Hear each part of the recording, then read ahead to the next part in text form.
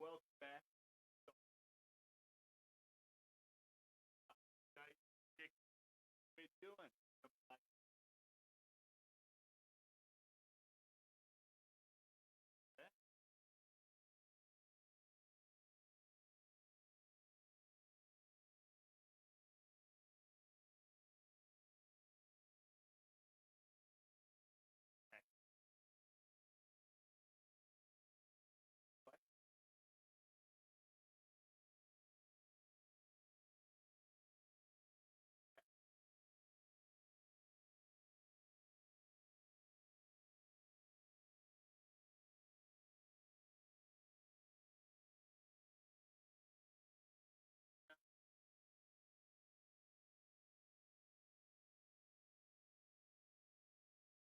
It's done me like but just on.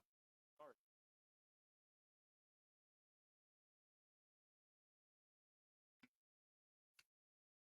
Mm,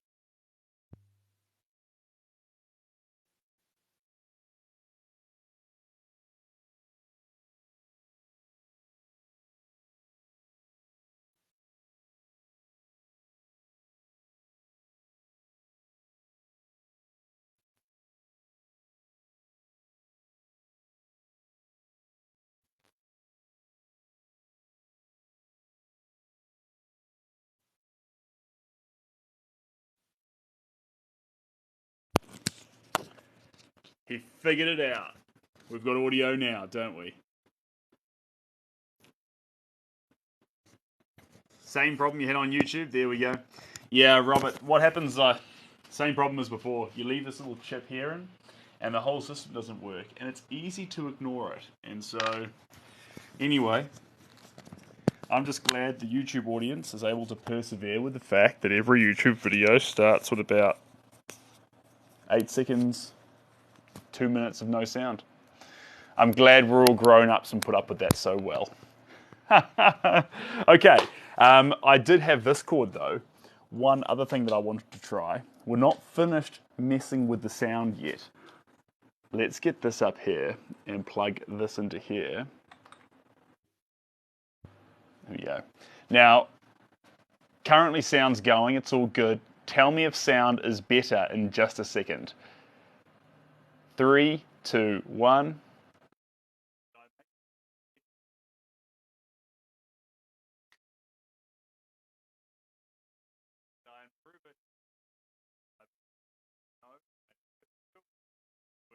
Perfect. Right. We have our answer.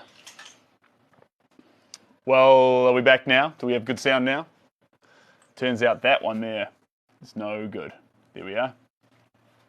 Very bad. Went off. Shocking. 1 star. Terrible. All the things. Let me just take this off completely. This is just stuff that's going to get in the way. Here we go. Take this out of here. Much better. Perfect. Yeah. This is what we test at the start of these lives to make sure we're on the right track. But through this process of trial and error, this experimentation, I believe that slowly, ever so slowly, we do improve. So, journey of improvement, fantastic. Hello, Lisa, welcome here. And John, good to have you here. There was no sound, I'm sorry, Gary. But Gary, great picture of a dog there. All right.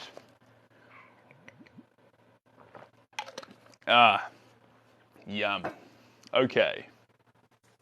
This picture here, kicking off with first and foremost, Jay Smith, hello, how you doing?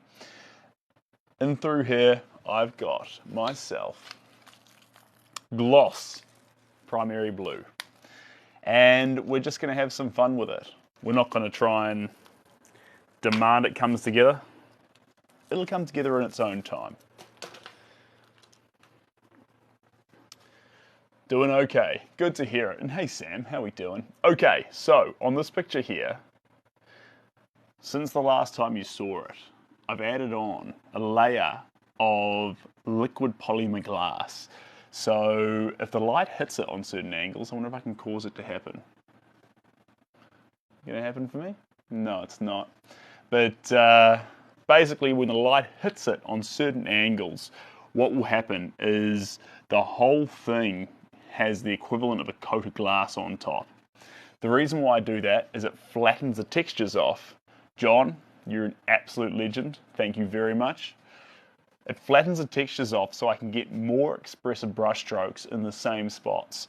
If you've got one big, dirty, expressive brush stroke across the canvas, what's going to happen? The result of that is all your other brush strokes are going to be controlled by it because the texture is going to stop them from having that beautiful flow across the canvas. Cheers, John. You know what? Who went to summer camp? Because I put it in campfires, I was getting a little bit nostalgic about my summer camp. I spent a lot of time up in Maine, and in Maine, at a summer camp that I was a counsellor at, I was a water ski specialist, so I drove boats for the children and things like that. Really special. It's a pity we don't have something like that in New Zealand, and it was amazing how many Upper East Side Jewish kids would come to summer camp having never seen a campfire. So for us, we light them every day in New Zealand. Well, not every day, but that's a hyperbole. But for them, it was a really novel, special thing. So I love that. In the US, yes, so Maine. Maine on the top of... I'm on vacation. Hi from Florida. Good for you. One more for that collection. Fantastic. You've not seen that gift before. Well, today's an exciting day, Jay. And Jessie Lynn, you're welcome here. But don't you waste time hanging out here with us bunch of crazy artistic folks when you could be getting yourself a tan down there in Florida. Not that I'm discouraging you being here, and if it's a good gap in the evening, I encourage it. That's a fun one. I like that.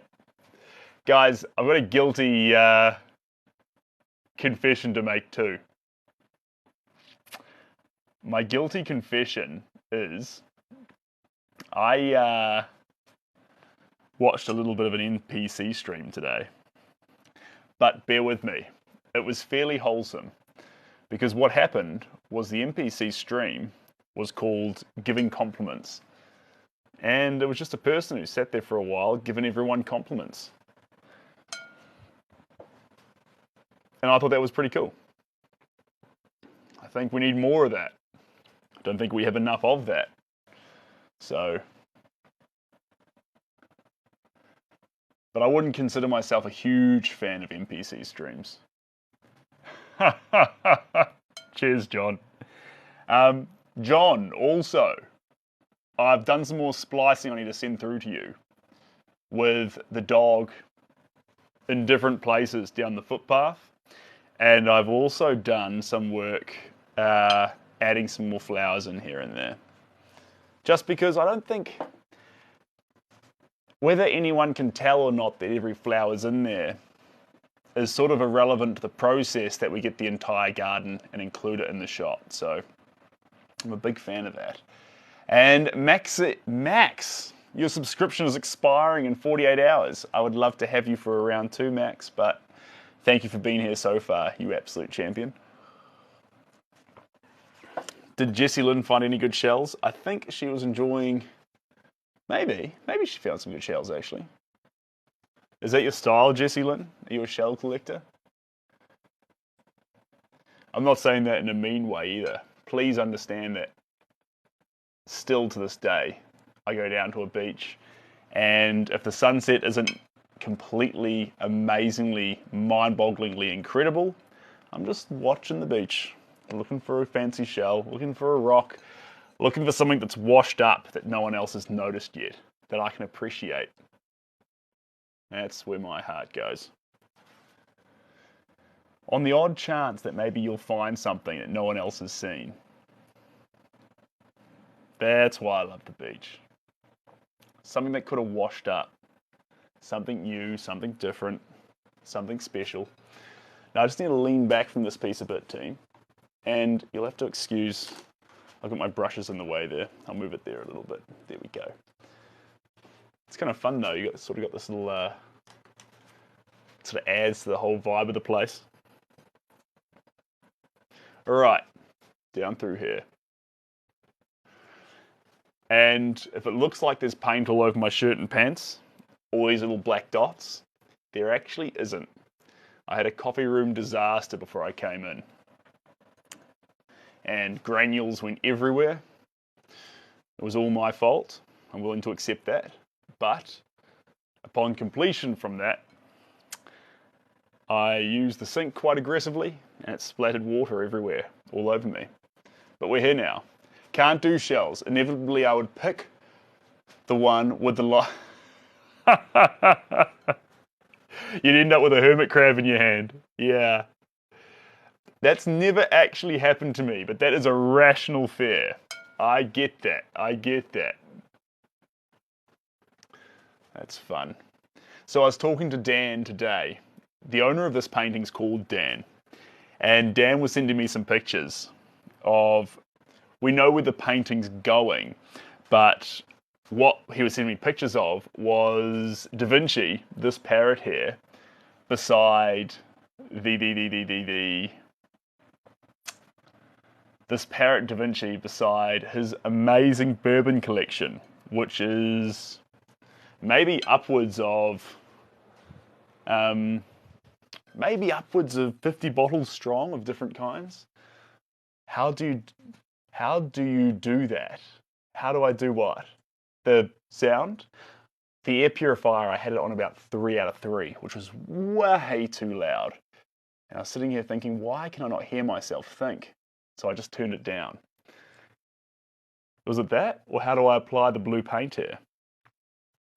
Because the blue paint here, this is almost cheating, because it's going to go on, hello, Chris Evans. Chris Evans is my husband. I'm not sure about that, but I'm excited for you if that is the case. I hope he's a lovely person. I'd love to think that he's both a fantastic actor, awesome celebrity, and also a great person.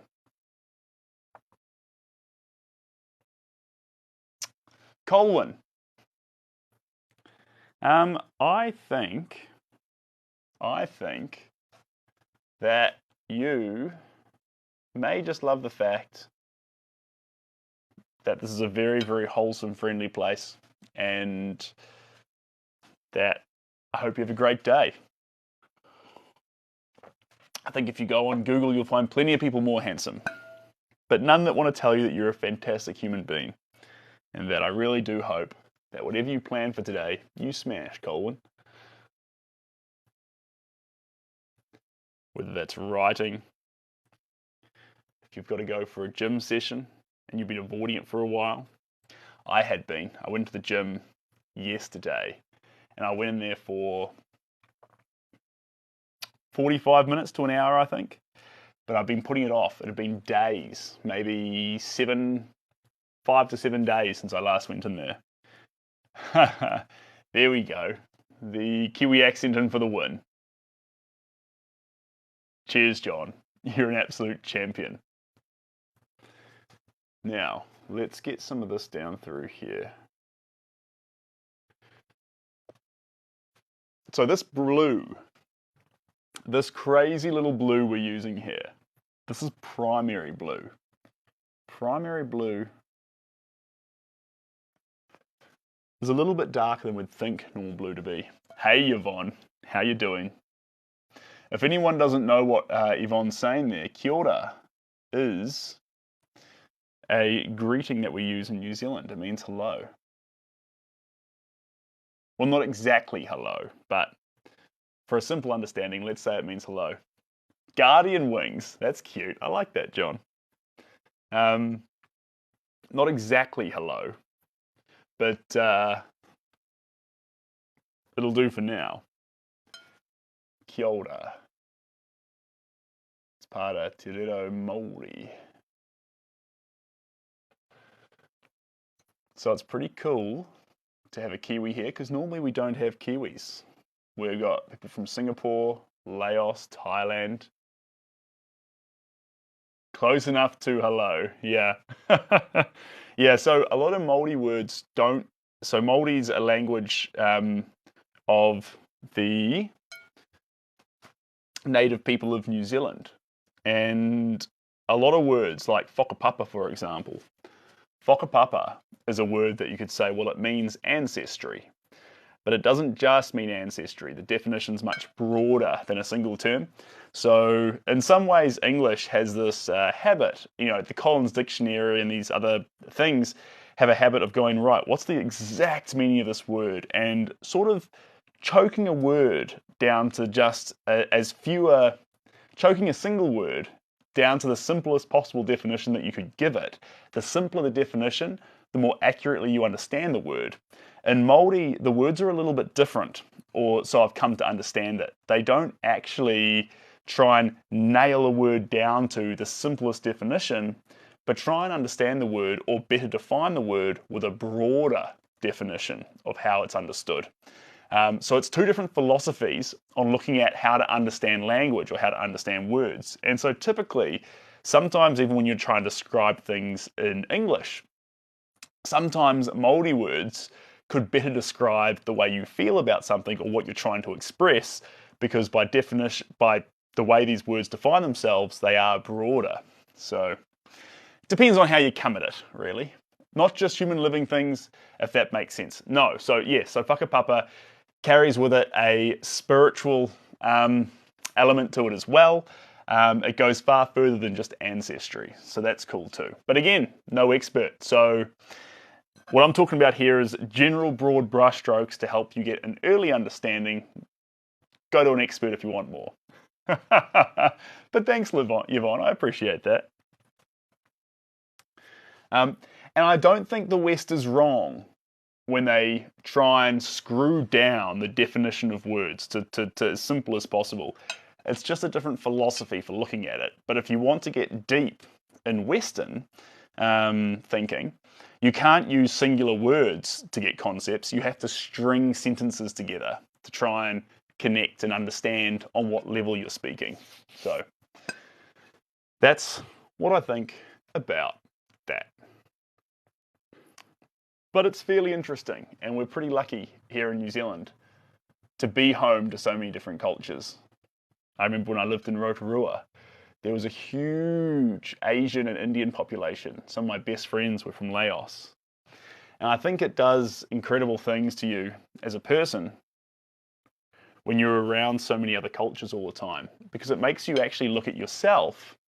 I speak one language piece, just the one, but it makes you look at yourself and wonder what parts of you are you, which parts of you are your culture expressing itself, what part of you is your ancestry, your family, your father, your mother, your grandparents, and what part of you want to continue on to the next generations or have as your culture.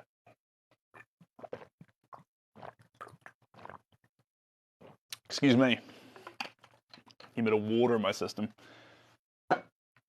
Who's noticed the big change here too? The reason why I was on late today and the big change in this room. There's been some dramatic things change. What changed? Who can spot it? Hey Ren, how are we doing? Laos. So Laos and Thailand are beside each other.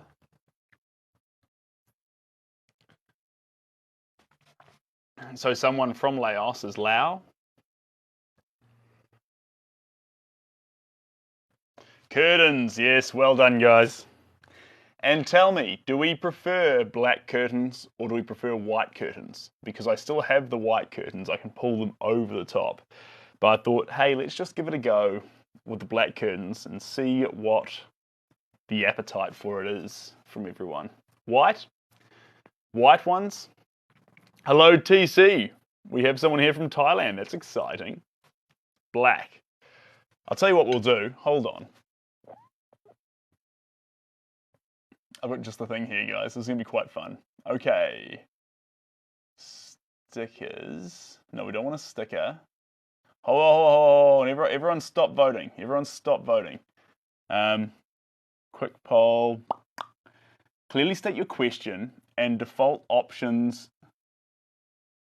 Okay, cool. Okay, perfect. There we go. So, shall we say smiley face, black, good. Cry face, black, bad. So cry face, white curtains, smiley face, black curtains. Black's red, black's red, white's blue. There we go. That's the plan. That's the plan. Black's red, white's blue. Jeepers creepers. That's pretty fun actually, guys. Yeah, we got some love coming out for the black curtains. Wait, did I say it wrong? Oh, cry face is coming back in now. Oh god. Okay, we've got like a medium grey going on here at the moment. Medium grey curtains.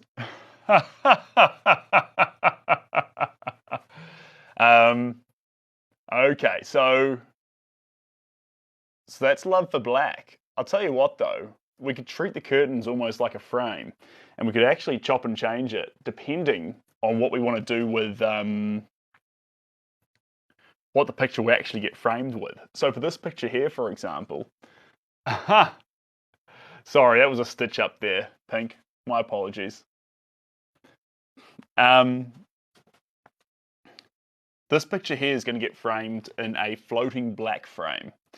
So because of that, the black might complement it nicely. But if we were framing it with a regular white frame, we'd use white for the curtains. And I'll just chop and change. You don't speak colours, you speak feelings, bro. Well, you know what? I encourage that. I'm glad. And I'm happy that you speak feelings. There we go. Sneak that through here. And down through here. Perfect. It does actually, it bounces less light back onto the canvas. So this bottom corner here is just a little bit darker. And so chances are, with black curtains, my color palette will lighten, and with light curtains, my color palette will darken. But I can't call that until I actually do a few paintings. But I think that will end up being the case. Because we have found, as I've been using the light curtains, we did get quite liberal with our black. A good steamer. A good streamer or a good steamer? Am I the steamer? Black makes the colours pop. All right. All right. There we go. And that's going to come on down through here. There we are. That comes over the wings. And then just down through there. Steamer for the curtains. Yeah, fair enough. Fair enough. Here we go. Now this paint's actually completely raw. Completely raw means that it's got no mix in it at all. It will dry glossy, but only because the paint actually is a gloss gel style paint, not because we added anything to it. So this coat here that I'm adding is pure pigment, which will make it really stand out. And not that we need to worry about it, because we put UV coats on the work anyway. But it will also make sure that the work itself retains as much colour as possible over the next few hundred years. Not that that's an issue too, obviously, because of the UV coats we already add. Now, next colour off the ranks, high gloss purple. This is where we're at. Usually we're not using high gloss paints straight from the tube. I'll show what I mean by that. Typically we're using, it's a bad example, here we go, regular satin. So regular satin looks like this, very regular, it's all good. High gloss comes in a silvery packet like that. High gloss, regular.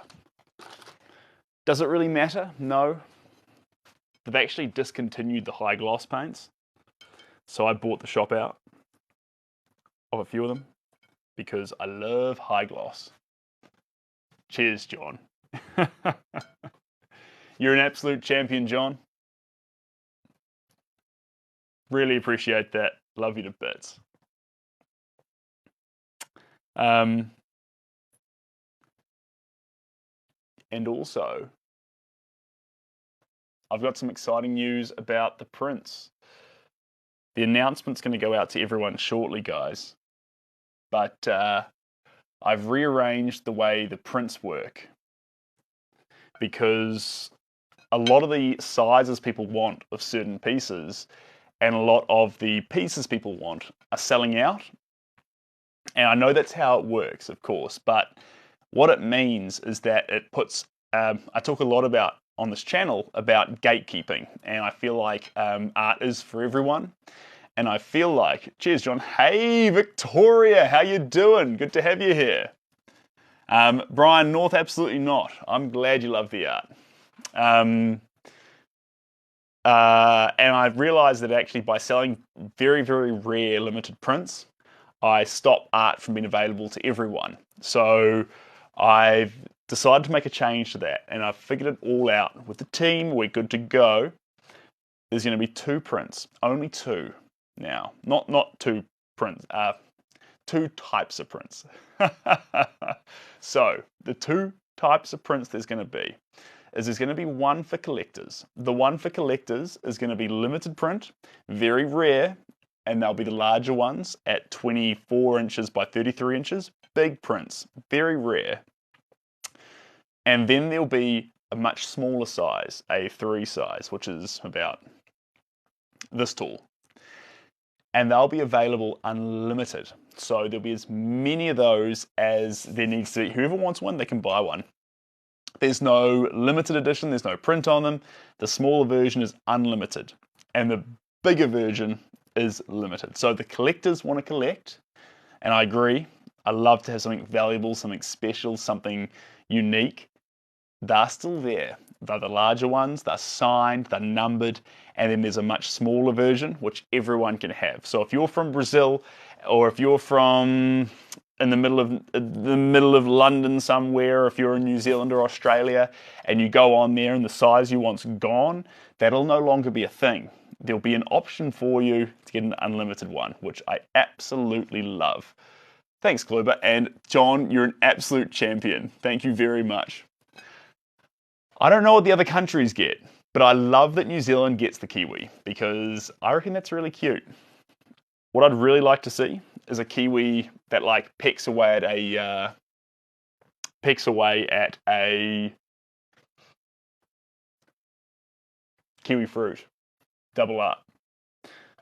So I'll keep you posted though, guys, on the TikTok channel and on Instagram, and I'll send out an email about it too.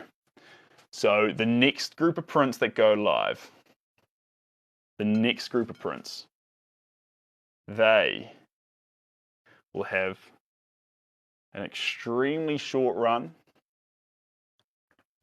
of the limited ones, and then a smaller unlimited run. That's the plan. That's special. That's special. I love that. That was cute. Cheers, John. Charming. Thanks, Anne. And Ren, you like the idea? Perfect. I'm really glad. And also, John, appreciate your support. Love you to bits. You absolute legend. Now, hello from Quebec. Hello. Hello.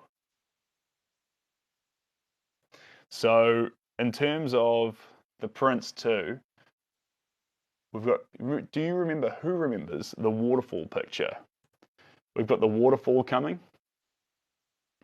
We've got the farmer coming. We've got an old picture that we haven't seen for a while.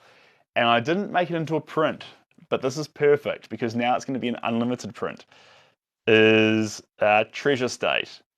I had a real soft spot for it, and I've been holding on to it for a while. Gems by Joey.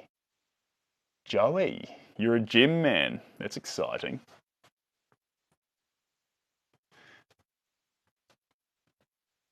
Gems by Joey. And welcome, Joey. Great to have you here. Yeah, Treasure State had this beautiful vibe to it. Beautiful vibe. The colours it just had this natural, beautiful pop to it. It's like I mean, you remember it, Victoria. It never tried too hard to grab your attention, but somehow kept it. Maintained. I could look at Treasure State for a long, long time. Longer than most paintings.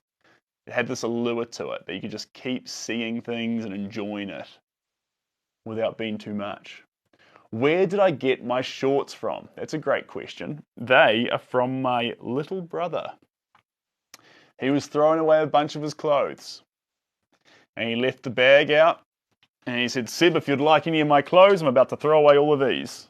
And I said, let me have a rummage. This is like an op shop, but for clothes that might fit me. I found one pair of jeans, a size 34 pair of Rembrandts, stretchy, and so they are going to be worn.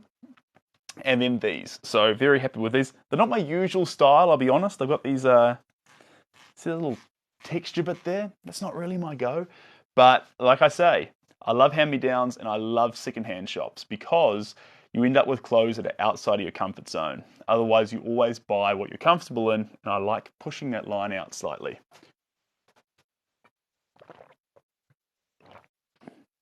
Hair's way more red with the black curtains. I don't know why that is, eh? My hairs are definitely like brown. Not that there's anything wrong if I had red hair. But it's a gorgeous piece, truly speaks for itself. Yes, agree, Victoria, agree. And Angel, sorry, didn't mean to ignore you there. This piece here, we're on about our 5th layer. And now we're just whittling down some detail and whittling, I say whittling because it almost feels that as we cut into the little bits and pieces. And we probably have another 3 layers to go, I reckon. We won't do another liquid glass layer. That was a one-time special. But in this layer here, we'll really start nutting out the detail of the picture. And hello, Jay from Oz. Good to have you here. Coming on down. Oh my God, how many are there of you? Michael? Oh, I'm not sure. It's the lighting? Yeah, I think it is. Oh, of me, I've got 2 brothers. I've got 2 brothers. So an older brother who was a tax law turned software developer, and a younger brother who's a mathematician and pricing analyst, and then a middle brother, me, who is a visual artist and all-round black sheep and crazy cat. Here we go. All right. Now, let's have a little look-see here. We're going to use some burnt sienna. Burnt sienna. How does it feel to be a middle child? Honestly, I hear a lot of philosophies around being a middle child's this, being an only child's that, being a eldest child, youngest child. I think every family is completely different. And I think for me, oh no, guys, my classic mistake. I didn't start the time lapse. One day I'll learn to do that. One day I'm going to start the time lapse and not miss half the shoot. How did you end up being an artist with such brothers? Well, I was an artist before they were tax lawyers and mathematicians. So to be fair, I didn't break the trend, I set it. They both broke the trend. I decided at the age of 5 that this is what I wanted to do. They didn't just make their decision until well after university.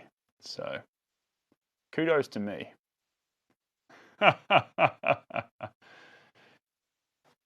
Multi-language in school, is it mandatory? I think it is now. We did it I did it when I was in school, but it wasn't mandatory. And I think it is now. But it's been a while since I've been out of school. And I can't say that I take high school papers recreationally, so. Can you ask your older brother to do a TikTok as you? I don't think he'd be into that. I think you're getting just a wee bit excited. He's more of a like and comment kind of a guy. He doesn't really want to leap in the with me. I think he's actually been in a few videos.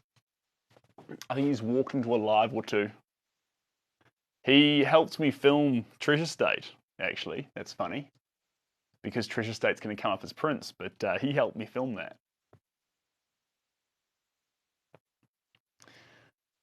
He just happened to be around that day.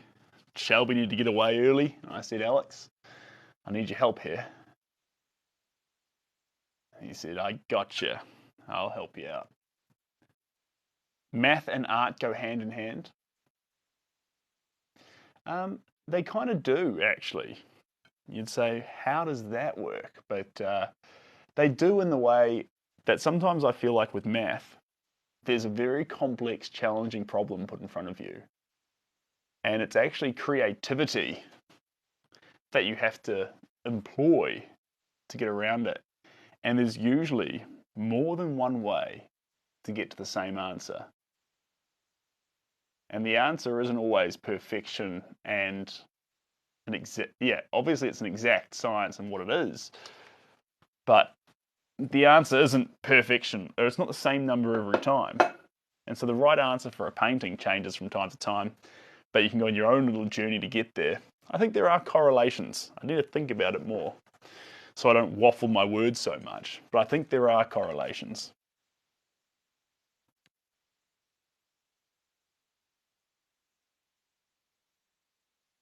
There we go, sorry.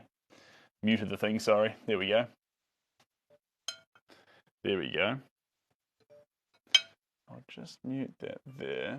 What's going on here? Where's the mute button? There we go. All right. Thanks, Angel. I appreciate that. Your mum should have all your names begin with S. I'm not sure why she should do that. That seems... Well, first off, you're about 32 years too late, for starters. And second off, you'd have to ask why. It's cool how you're able to correct the white bird. Looks good. Yeah, its head was down a little bit at the start, Ren. It was. And so we didn't force it up. We just started painting lines to where I believed they should go. And through that process, the head came up because it actually does arc out a bit more. And the head will pop out a little bit more too as time goes on. But it was down a little bit low to start with. That's fair. There we go. All right. And the other thing that happened, so for the first time, I started buying the bigger packets. This is a proper source packet of paint. Usually I'm buying the 120ml packets, these ones. And I just jumped up to these ones. Voila. The reason why is they stand really well. Hello, G Blue, how you doing? And hello, Luna, how you doing? Right. I still haven't bought myself a big white one yet though. Just got the little baby packet for now. I'm happy New Zealand has paint. Well, Me too, because that makes it a lot easier for me. I don't think the white bird is supposed to be white at all. It's just unfinished. That's definitely one way of looking at it. It's more of a cream colour, you could safely say. But usually white isn't pure white. Usually white is a series of slight off-cream hues that we get to play with one at a time. That's a more accurate description of white, especially in a painting like this. There we go.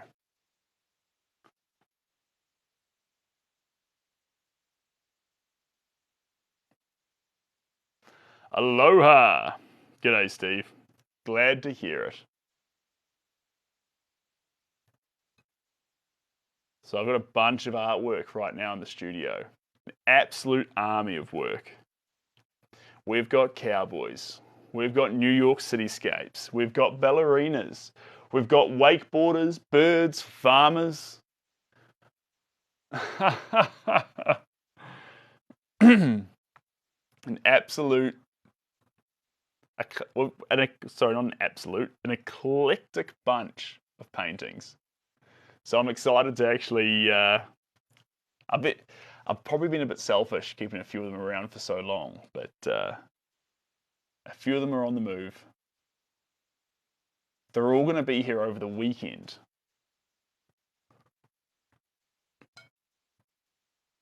Hello, Luna. Luna made him feel uncomfortable.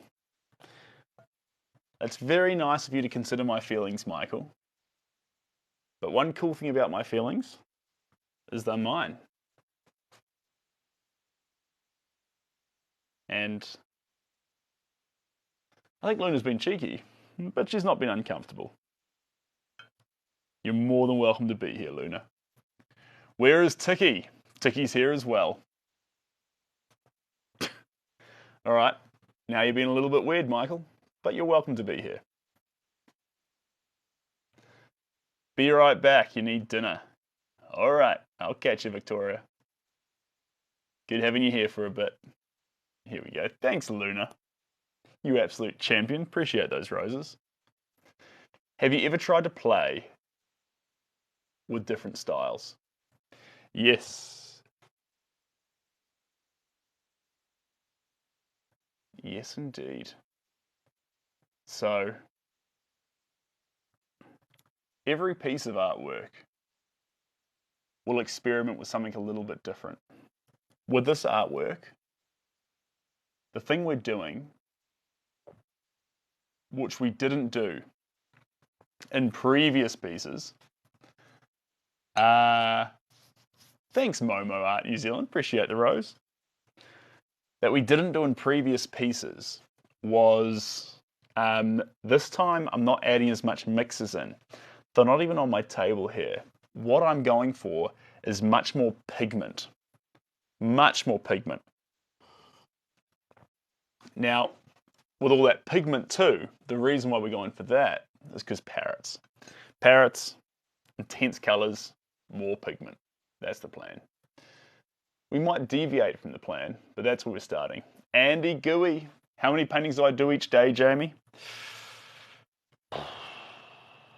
How many paintings do I do each day? 0.3. I think I get through 0.3 of a painting every day. I think that's a fair assumption. And do you like to paint food, Andy? I do. Food's really fun. I think food's, well, apples and lemons and things. You know if you captured it because you can,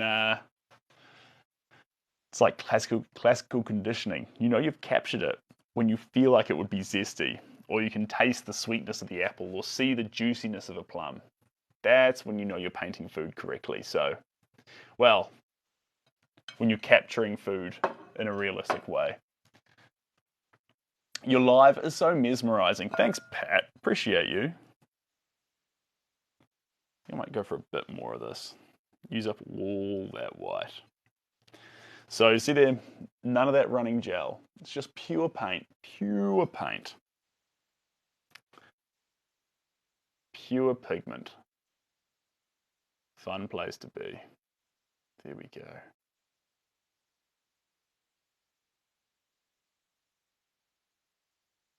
There we are. You want me to paint you, Luna? You know where to find it. Go onto the link in the bio. And via the link in the bio, you'll find the commission form. And if you're really serious about me painting you, let me know where you are based, what size you're after, and I'll come back to you with a quote. From there, it would be an absolute pleasure to paint you. Yeah, thanks, Jay Smith. Appreciate that. There we go.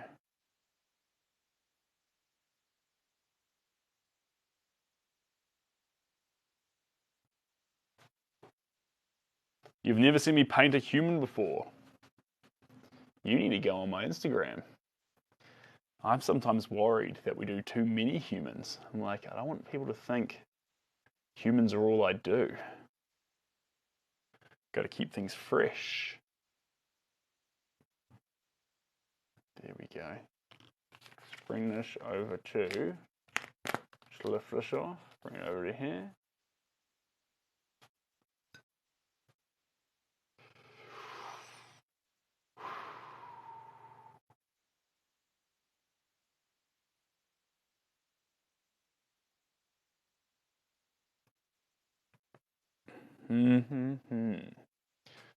Up the top here. There we go. That's going to go to...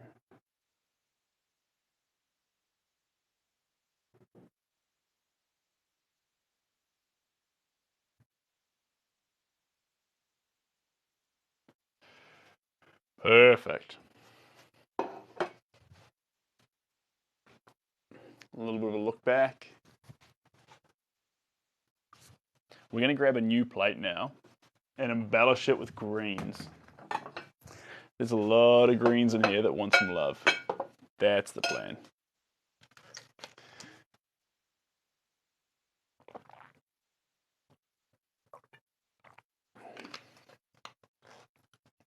Did you go to school for art or just a passion? Curious. Oh. For a second there, I thought that was a very, very unique question.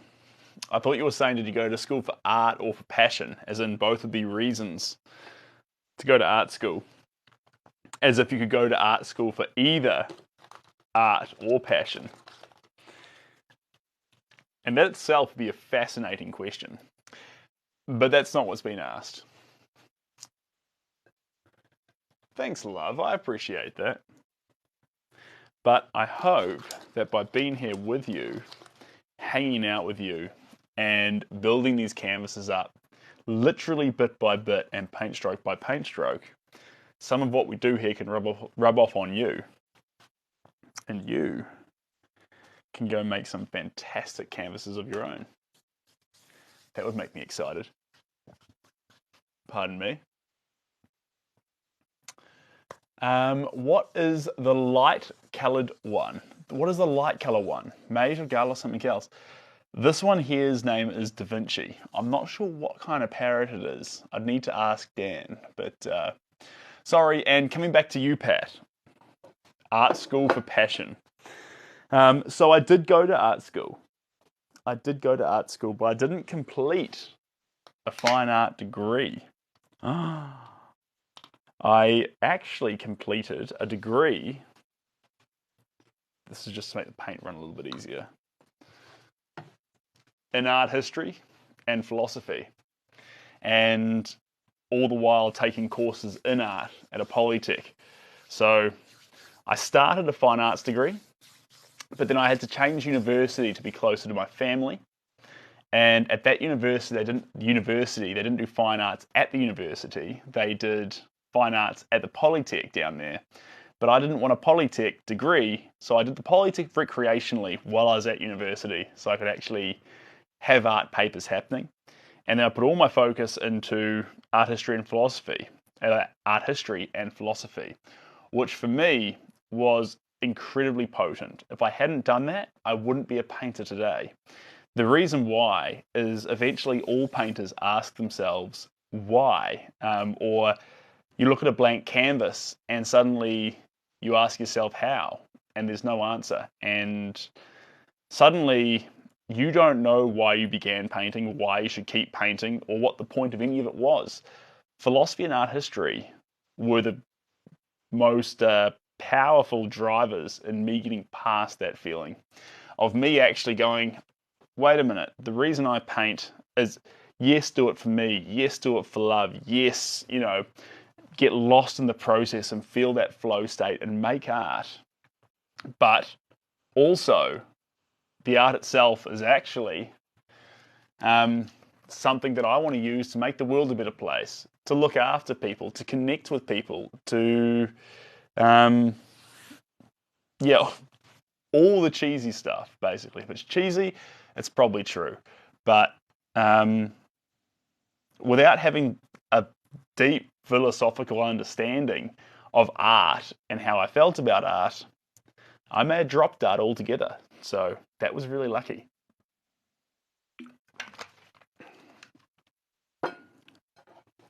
I did that in a bit of I explained that in a bit of a hodgepodge kind of way, but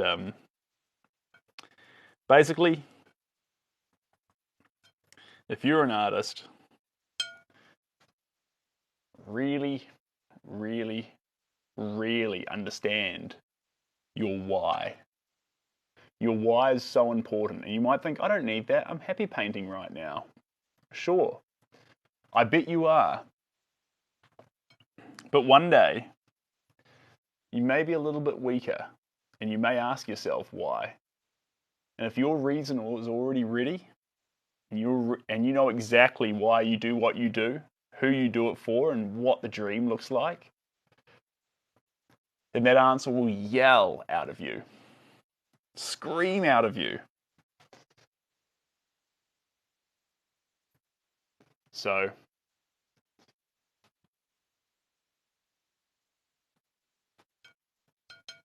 if you haven't figured out what your why is yet, that's okay as well.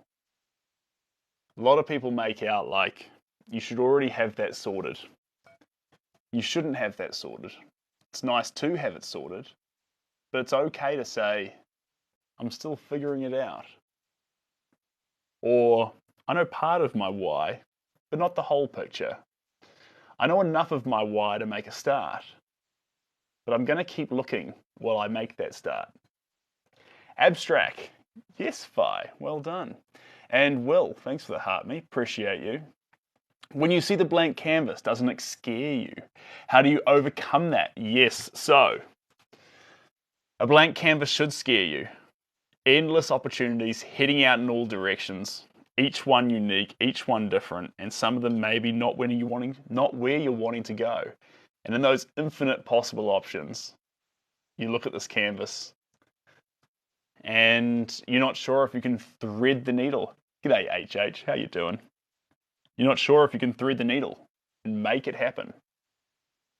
So you paralyze yourself in the fear that maybe you'll make the wrong move, or the fear of, maybe it's not even the fear of making the wrong move, but the anxiety around the pressure of having to make the right move. And then you're paralyzed by it, sitting in front of the canvas, and after sitting there for a while, you think, I can't do this. Why can't I do this today? Well, this is where we come back to what I'm talking about. The why. If you know your why, if you know why you pick up a paintbrush, why you apply paint, how you apply paint, and who you're doing it for,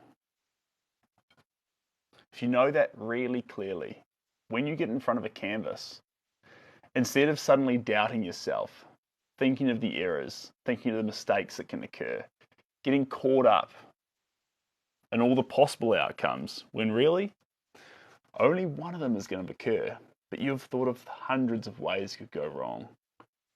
Or you've thought of hundreds of things that could stop the one example of going right that you want to happen from happening.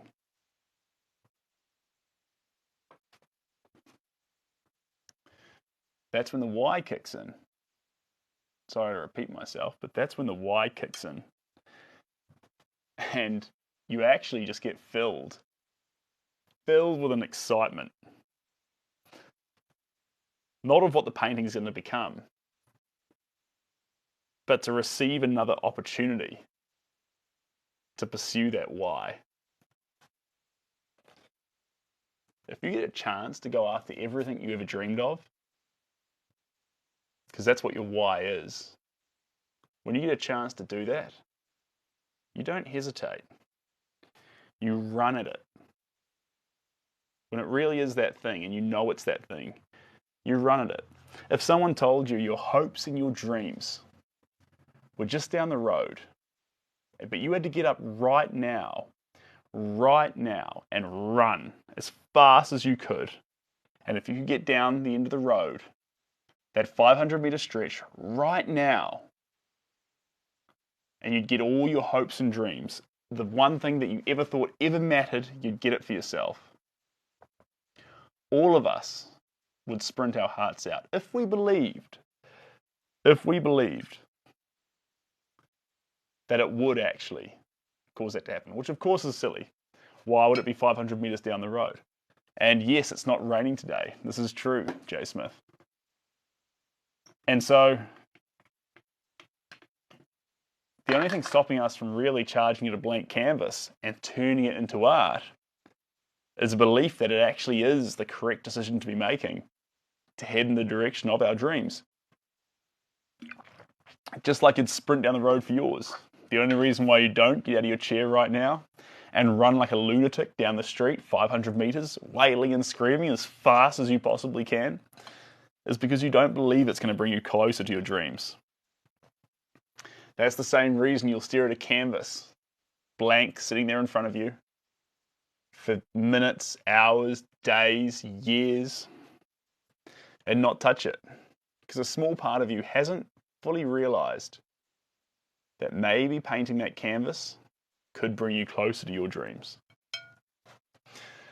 That's what I reckon. There we go. A little bit through there. And where else do we go? Just over the top.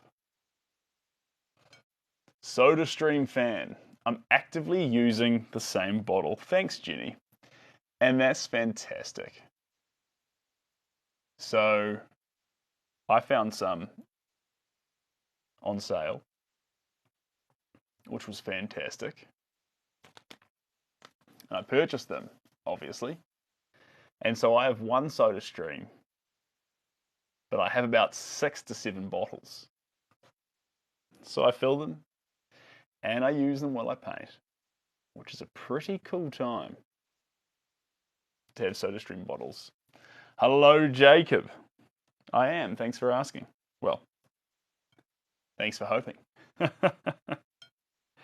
And hope you're having a great day too. We're just here painting some parrots, Jacob.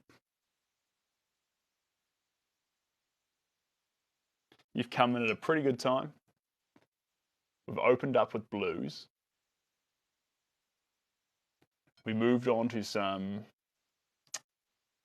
browns, tans, just put through some reds, and now we're adding in some saturated greens to pop over the top. Camp's officially over. Wow. All right. Time to head home. Time to pack up. Or unless you've done the pack up now, that's the official end time. All things done. Now wedding times. 5 weekends of weddings. That's a lot of weddings. That is a lot of weddings. I'm excited for you. Do you think the same suit's going to make it to all the weddings? That's the question.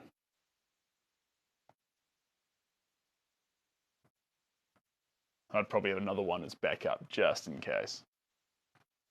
Oh, you're a venue for weddings. Ah ha ha. Well, you might still need a suit though, right? Think about how awesome it would be to get married at a summer camp. I can only imagine. There we go.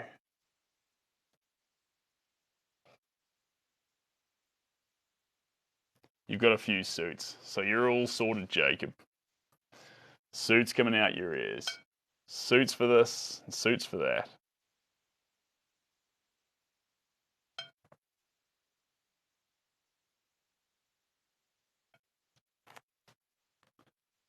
It's been a joy to watch this piece transform into the beauty that it is. Thanks, Tyses. Tyses? Tyses. Correct me if I'm pronouncing that wrong. It's an absolute pleasure to have you here with me while we make it.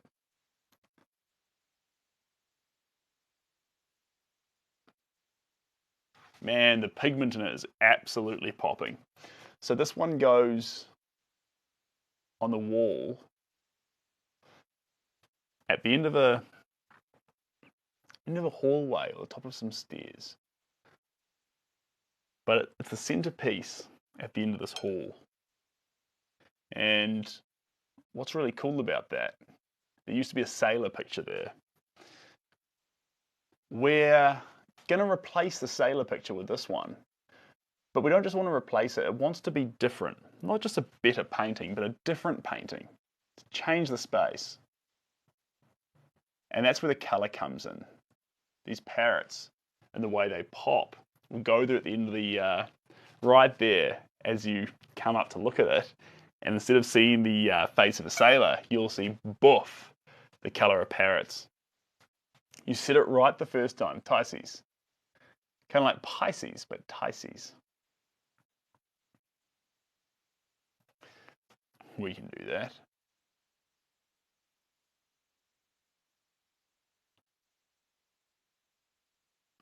There we go. Peace. He's wise beyond his years. Well, I am 30 now. So, I don't think that makes me too wise though. But I think I'm starting to get the hang of things. I think I definitely didn't have a handle on things when I was 18, 20, 25.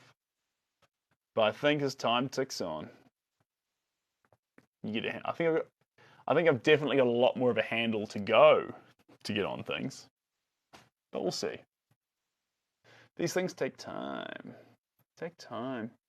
And I don't truly believe, if I'm being honest with you, I don't truly believe you ever properly get a handle on things. I think it's always in a state of flux. Wes, I'm 30. Right. Let's grab our next shade of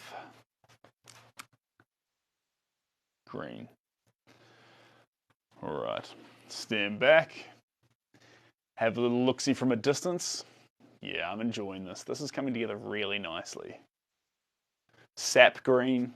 It's powerful through these parts, down here, spattered around here, and then down in here. We're going to grab just a little bit of white, because when it sneaks in down here, it'll splice. More white than green, but still with both. There we go.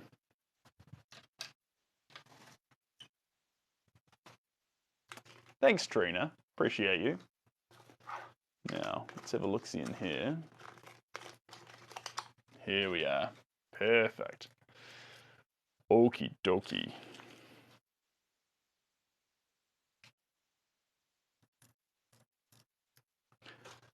Now, I'll tell you what. Let's do something a little bit fun. Can I go like this? Go here.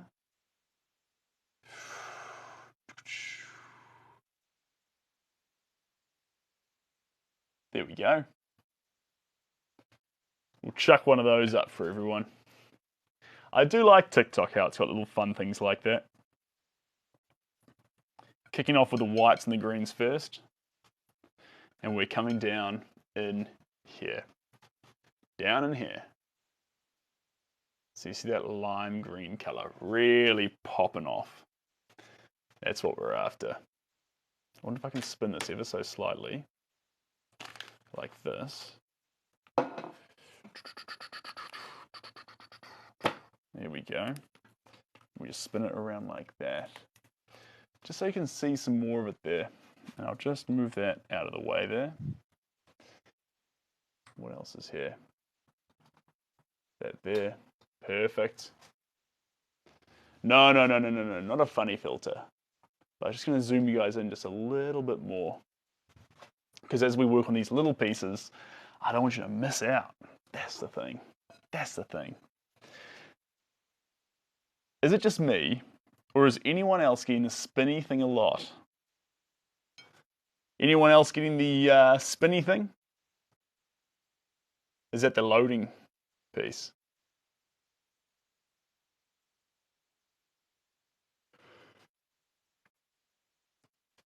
Maybe. J. Smith, Victoria. How are we doing with the spinny thing?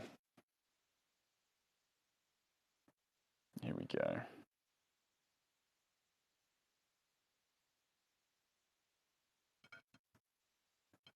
I keep freezing on you. Ah, that's niggly, John. That is niggly. Why would it be freezing on you?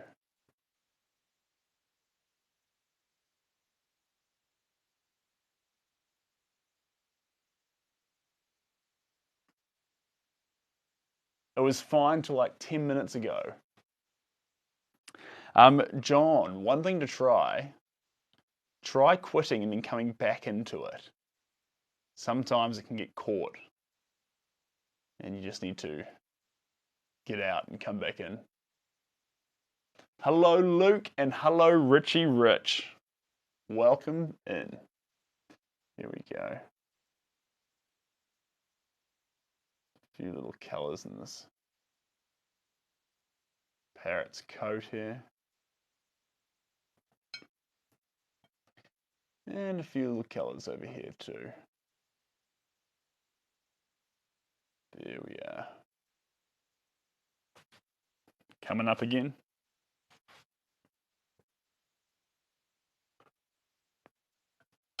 Thanks, it's good to see. Thanks, Richie Rich, I appreciate that.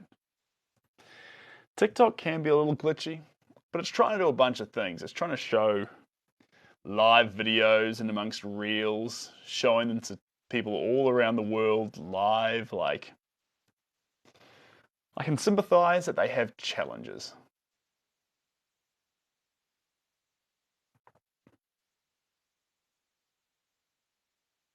There we go.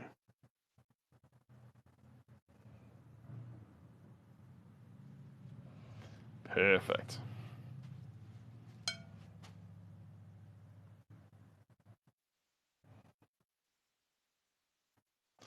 Move it around there. Well, they need to prioritize. You're 100% right, John. You're 100% right. I was going to make the comment that I thought, oh, I'll leave it. But I was going to make the comment that I wasn't making excuses for them as such. As I was just sympathizing with their plight. But yes, you're right. If you're going to be a tech company, be good at tech. It's kind of that simple, right? Hello, Pipe. How we doing? Or Pippi? Pippi? There we go.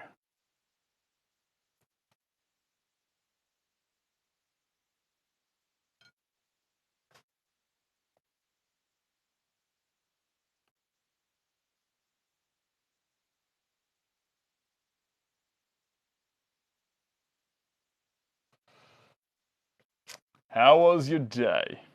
It was good, thank you. It is good.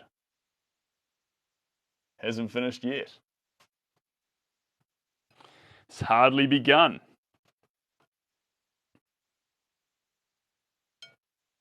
Here we go. Some popping green. It needs some Not regular yellow, but yellow, olive, green. What time is it in Kiwiland? It is, let me just check, 3:07. That's exciting. 3:07. So we've got hours to keep going.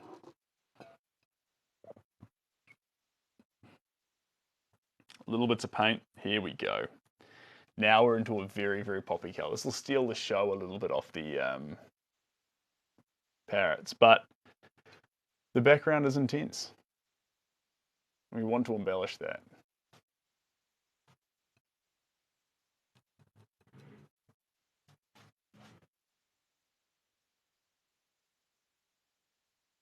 Here we go.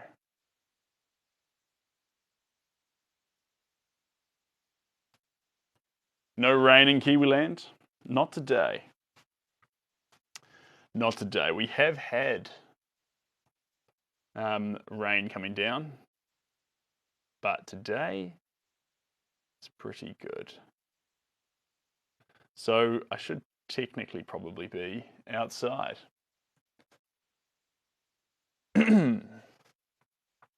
Texas is bone dry.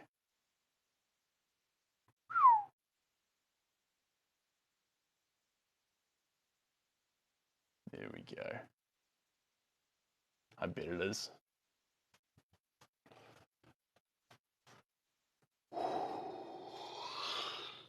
Excuse me.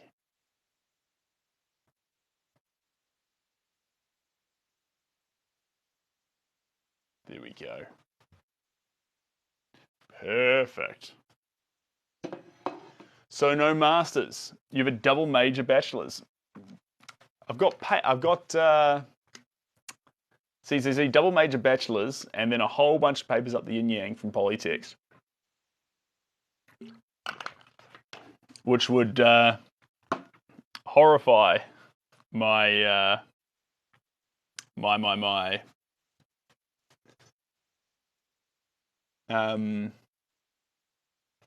high school teachers who sent me off to university to do fine arts with scholarships up the yin yang, scholarships all over the show to study art.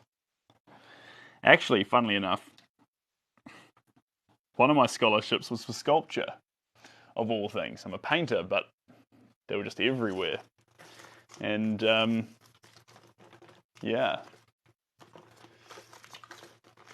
But like I say, in all honesty, show them one freaking oh, thanks, John.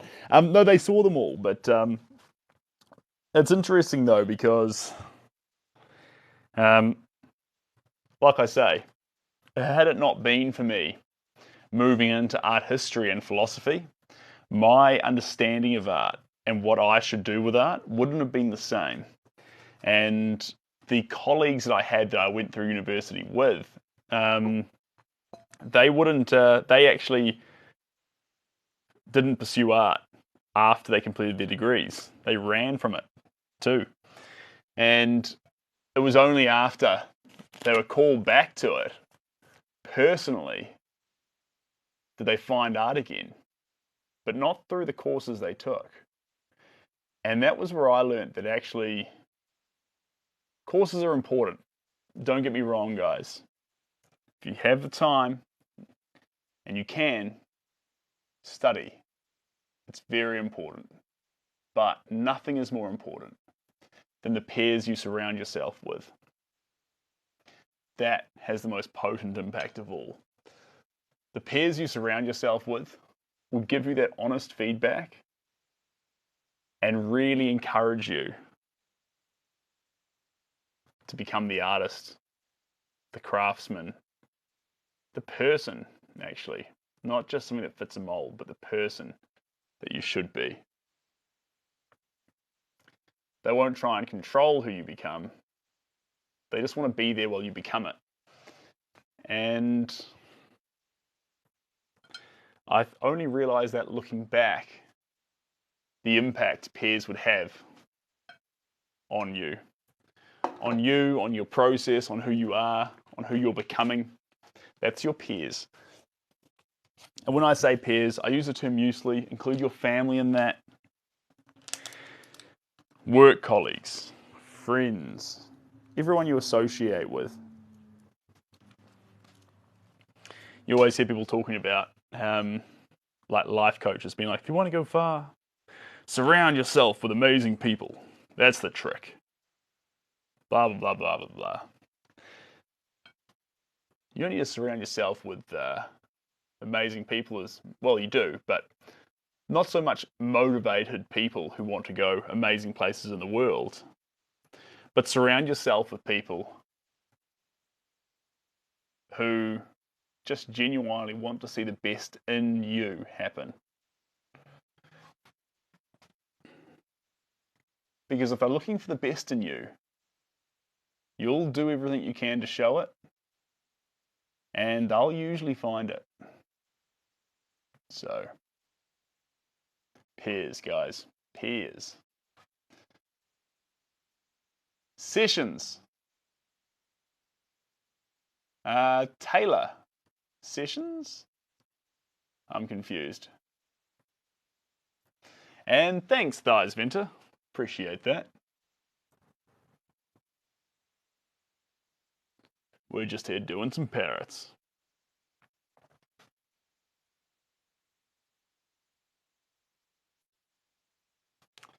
All right.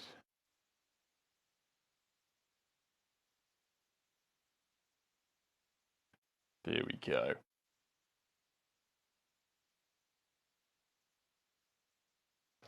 That's the right attitude. Too many people compare themselves to others and get discouraged. Yeah, I think it's important though too, John, to compare yourself to others. And hey, Lewis, how you doing? But I think the manner in which we do it, sometimes when we compare ourselves to others, we're not doing it as a means to motivate ourselves or to inspire ourselves. We do it sometimes to bring ourselves down or to hurt ourselves. So I think don't be afraid of comparing yourself, but only as a means to view what they're doing in order to improve yourself. I say improve like there'd be something wrong with you, but improve in the way that you're on your own little journey, heading in your own direction. Yeah, they're a long way in that direction, but that's not your direction. Your one's going to be better for you. And you can take what you can from them in terms of their philosophy, the way they think, what they're doing, what's working for them and what's not.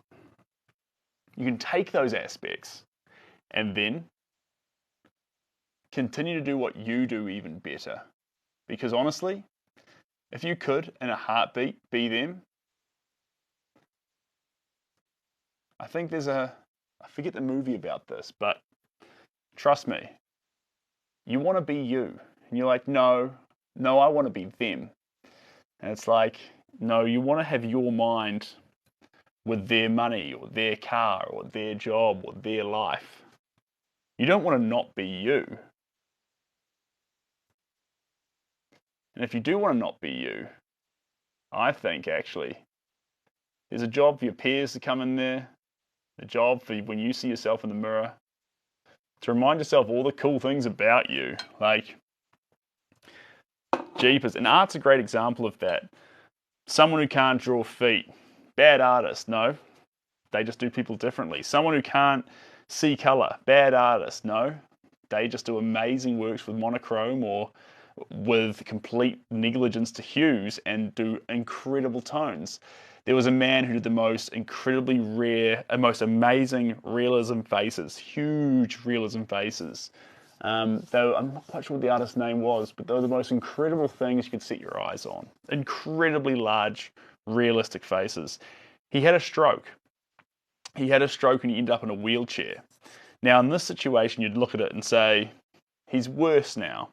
He's worse. In fact, if his value in himself was put on him doing those big realistic faces, and that's who he was, then he shouldn't want to be himself anymore, you could say. Well, he could move one hand. And with that one hand, what he did was someone would put an A4 little card in front of him, and he'd get his hand like this, and he could just spat some colours onto it. And so what did he do? In his mind, he mapped out the whole picture he wanted, the giant scale he used to work on, and he broke it down to little cubes across the entire picture, and he'd splat on a cube, and then someone would put it up, and they'd go one at a time across the whole thing, one at a time, one at a time, one at a time. He'd make one, and another one, just with that one hand. And by the time it was finished, a whole face would come together from all these tiny little cubes of colour that he'd made, and it would be perfect. Not completely perfect, but it was better. People herald that as the greatest work he ever did. And he did that with a stroke. And so it's funny. So we're like, no, because everything about my personality is bad. This guy was a perfect realism painter. He had a stroke and now could only move one hand. And then he went on to do his best work. And so from that, all I'm saying is sometimes what seems like a drawback, what seems like a weakness, what seems like things you don't like about yourself or things that you believe that no one else could ever love, could be your assets, could be the things that make you unique and make you who you are. Sorry. So I hated when others compared me because they got discouraged. Exactly. I guess we're talking about bad school memories surface. School was easy for me. So I hated when others compared me because they got discouraged and stopped trying. I was always the guy who would show everyone my grades because of that. And I tutored everyone too. Nice. Nice. And yeah, again, remember, school's an interesting place. School's just another place. School's a place where you go to, everyone gathers there. It's a really unique environment. And some people love it and they thrive. Some people thrive and they hate it. Some people love it and they don't thrive. And some people hate it and don't thrive. And that's okay. It's okay if you loved high school. It's okay if you hated it. It's not a fault with you either way. It's just a character trait. There's some aspects about high school that I loved, and there are some aspects about high school that I hated. So it's okay. You haven't had a SID talk in a while. Well, Victoria, you're welcome. But I think as soon as we start saying this person's better than me, I want their life, I want that, I want what they've got, I think what we've done is we've made a classic blunder in not realizing what makes us really special. Like, do you really want to not be all the things that make you unique? Or would you prefer that someone loved those things? Like, for example, imagine if Jim Carrey was never in a movie.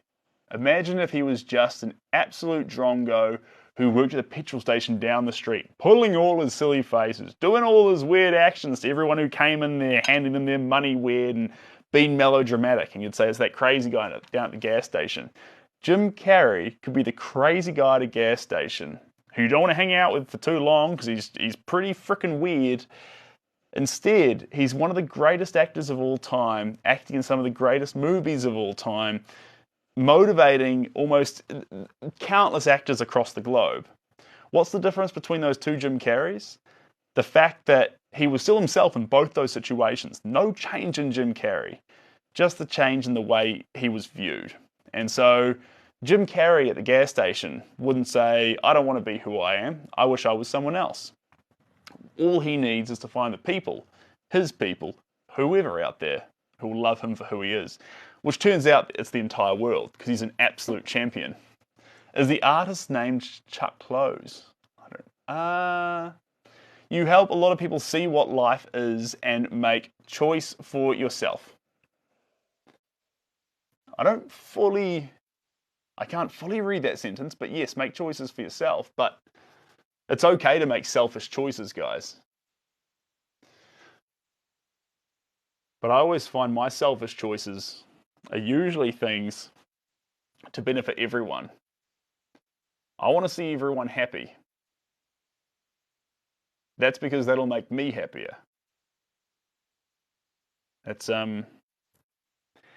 so funnily enough, you get paradoxical there, because if you want to see everyone happy and it's going to make you happier, so it's good for you, isn't that a selfish choice? Jim Carrey is a gem, but remember, he'd be that crazy guy at a gas station if he wasn't the most famous if he wasn't one of the greatest actors that had ever existed. And that's okay. So if you feel like your personality is the crazy guy at a gas station, that's okay. Sounds like you've got what it takes to be the next Jim Carrey. That's what I reckon. Right. I'm going to swap that paintbrush out. We're going to move into our tans. So away with our greens. Into a whole lot of shades of browns and yellows, but with a whole lot of white. That's the plan. That's the plan.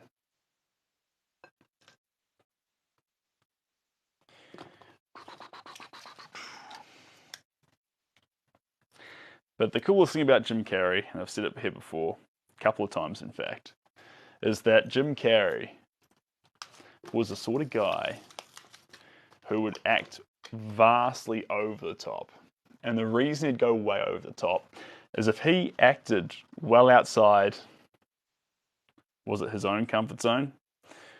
But if he acted well over the top, suddenly it gave anyone else permission to be at the, suddenly people who were holding back because they were shy of what other people would think had been blown out of the water because Jim Carrey had set above so much melodrama and so much ridiculousness that they could just be themselves, uninhibited by who they thought they had to be. Because Jim Carrey's over there being a complete nitwit. That's fantastic. Imagine being yourself so much that just by being yourself, you gave everyone else permission to be themselves. That's pretty cool. Pretty cool. Thanks, Emmanuel. Appreciate that. Right. Here we go. First colour. Now to stop this paint from going plaquey, like it did with those greens, I'm going to splice it into just a wee bit of slow drying mediums. But we're not far off completion with this one. Not for the whole painting, but completion of this coat. Robin Williams, good actor as well. Indeed he was. So Robin Williams is an example of, I don't know, just real love and care on set. Hard to argue with a Robin Williams movie. Always an excellent message in it.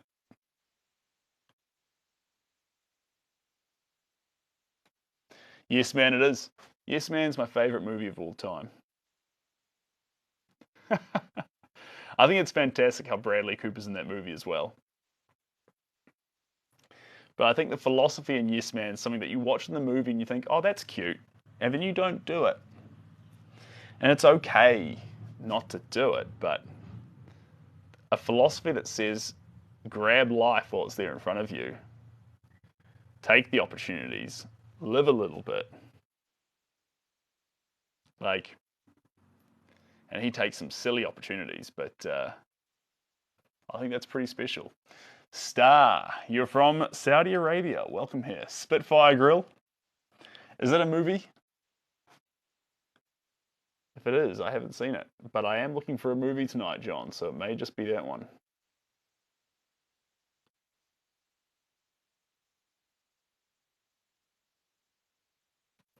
All right. All right. You can test me, John. I'll watch Spitfire Grill tonight and let you know my thoughts. Unless it's not on one of the streaming services I've got. If it's not, there'll be a pause. I think the new comedy actor now is Kevin Hart now in movies. I think there's a lot of comedy actors. Jim Carrey was finishing up when I was a kid. And, well, not finishing up, but he was like, his movies were coming out when I was too young to go to movies. When I was able to go to movies on my own, that was Will Ferrell. But now, probably Kevin Hart, it's fair. I still like a Will Ferrell movie. Oh, the bird is coming along. Kind of tempted to watch The Truman Show again after all this Jim Carrey talk. Is he in The Truman Show, is he? I thought that was Tom Hanks. No, it is Jim Carrey. You're totally right. Yes. Or Ace Ventura, Pet Detective. Another great movie. Jim Carrey in The Mask? Yes, indeed. Fave Jim Carrey show is The Truman Show. Very, very interesting philosophical show as well. On that philosophical level of being in a bubble, kind of like if you've heard about it, the prisoner dilemma that Plato talks about.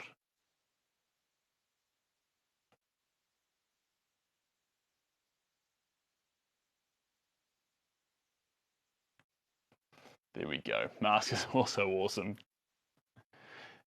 Yeah, Mask, as TV progresses, Mask gets an even more special podium in that it's quite unique actually. The visual effects in the film hold up surprisingly well for the year in which the film came out too. Bruce Almighty is fantastic. What's that movie? No, what's that quote in that movie? Smite me, O mighty smiter.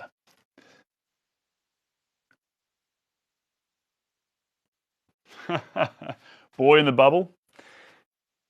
I think actually, now that you say that, I think underlying in a lot of those movies is something, a philosophical thought bubble, if you will. A philosophical thought bubble.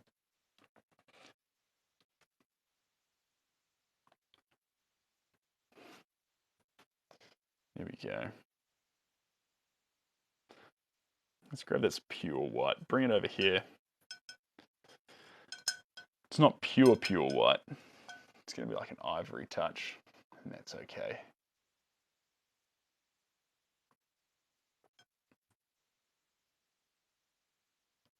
There we go.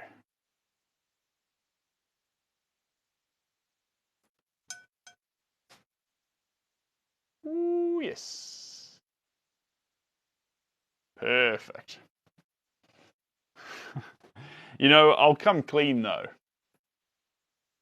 I've never actually seen Boy in a Bubble, but I must have watched Yes Man 10 times.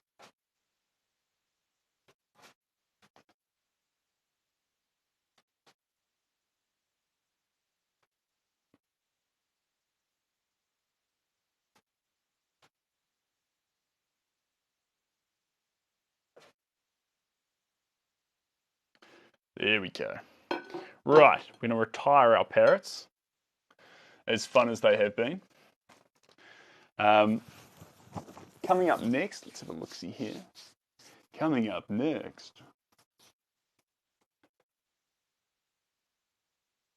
we'll play around with a smaller brush around these eyes. There'll be some yellows, more tans, more whites. Probably the next stage actually is, next stage is going to be a tiny brush with a whole bunch of blacks and whites and just cutting some flicks in. Because you see this bird here, you can see it. But what this bird actually lacks right now is those tiny little cut lines that actually stop it from being a blobby style and to be more of a clear cut bird making a move. So, and along with this bird here through these feathers as well, those little stripes will show those shades in amongst the feathers. And there's our guiding image, guys. So birds there. I'll show you here. Watch this. This is fun. There we go. Going to go like that and go boop, boop, boop, boop, boop, boop. Then I was making a noise. That wasn't the camera. Sorry. So birds coming together. They're very abstract. Again, the technique here, up close, very, very wild, very, very expressive. And then you come far away and the picture comes together. I'll do a quick zoom before I swap the painting over so we can get an idea of what's going on. Where shall we go? Let's just target the middle parrot. Okay. In we go, coming on in. So as we come in more, you're going to see we start losing definition. About this point, we can still see parrots. Still see parrots, but suddenly, from the definition we had from a distance, we're starting to see more wild brushstrokes, less control, more primal style painting. Perfect. Let's keep coming in, and about here, we start to see more paint than bird. But if we concentrate, we can still see bird. But this is where paint starts to beat bird. And then if we keep on coming, now we've lost bird altogether and we just see paint. And if we zoom in here, you might see those colors there. See those greens and reds, and see how there's those black lines around the edges of them? That's because between those browns and between those greens is actually a layer of completely clear, that's that liquid glass layer I'm talking about. So there's literally depth in the picture. So those are flat, strong colors, but if you look on the specific side angle, you can see underneath them. So that is it's a wild technique for layering. I love it personally. Right, coming back out, ready?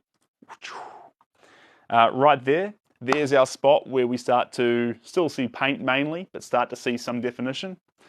Coming out to here, now we're at that stage where we see definition, but we can make out that it's definitely paint.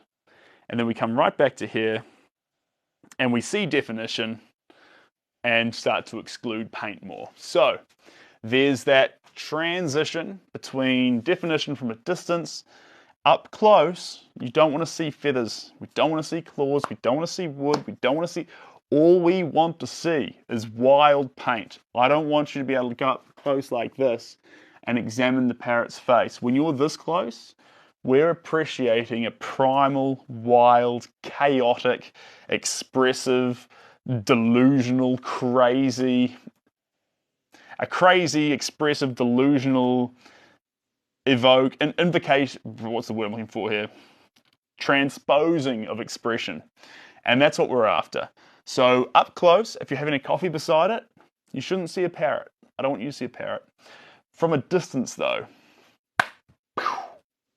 you're confronted with them. That's what we're doing here. And it's creating that balancing act. So at about halfway, it should be a dance, 50-50. And if you can actually make it, almost right down the middle of half definition, half chaos, you have threaded something that's incredibly hard to thread. And if you're halfway between thinking you might see parrots and halfway between, I'm not sure if he was painting parrots, that's the area, yeah, camouflage. But it's not so much, a lot of artists you'll see sometimes, and this is a technique, and it's okay to do it. It's not my style, but people do it. You paint a realism picture, and beautiful parrots, it's done. And then they get the paint and they splash it over the top, as if to go perfection, and then add the chaos. I find it's immensely more challenging and satisfying to have that perfection and chaos dancing the whole way through the picture. And so you get this result where you're not sure if any stroke was part of the perfection or part of the chaos. And then you realize they're all just in the same crazy arm wrestled together. Every single paintbrush touched the canvas. It wasn't a matter of going, this is perfect control, and this is chaos. It was a matter of going, no, they're actually two sides of the same coin every time you use that paintbrush. I like that. Anyway, thanks, Joe, you absolute champion. I appreciate that. And Richie Rich, yes, I'd love for you to see it in person. I've got something quite cool coming your way. It's not standing in front of the physical art in person, but it's the online virtual gallery, which I promised you for weeks now, and I haven't delivered. So that's on me. It's going to get ready, and when it is, you'll be able to walk up right beside the works like I'm doing right now. So it can be the whole screen on your phone or your computer, and then pull right back to see it from a distance and do that thing in your own time, not with me controlling the camera or any of these things. You can actually do it yourself and be like, oh,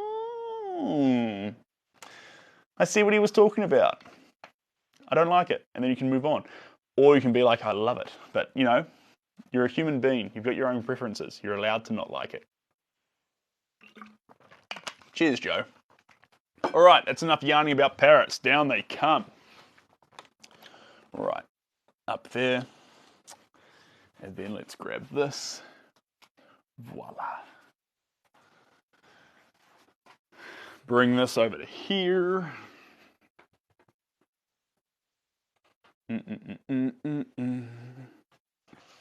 And we're going to grab a super heavy one now. Here we go. You might remember this one. Voila. We were not finished on this one. It is back, making another appearance.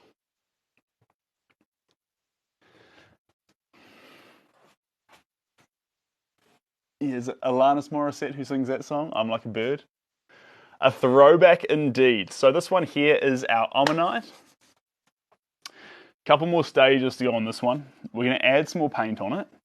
And then I need to sand the edges right back to round them off. See how it's quite flat at the moment. I'll round those off. Give it one last little coat of paint. And then give it a flat surface. Maybe I'll skip that last coat of paint. We will see. We will see, we will see.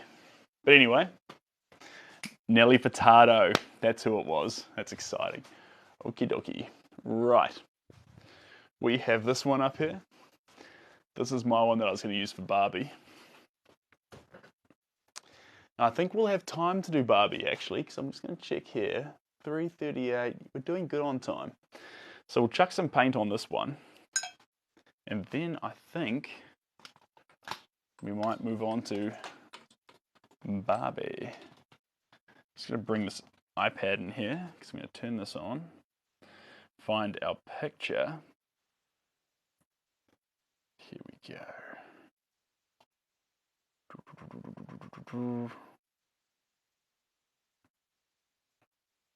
It's up here somewhere.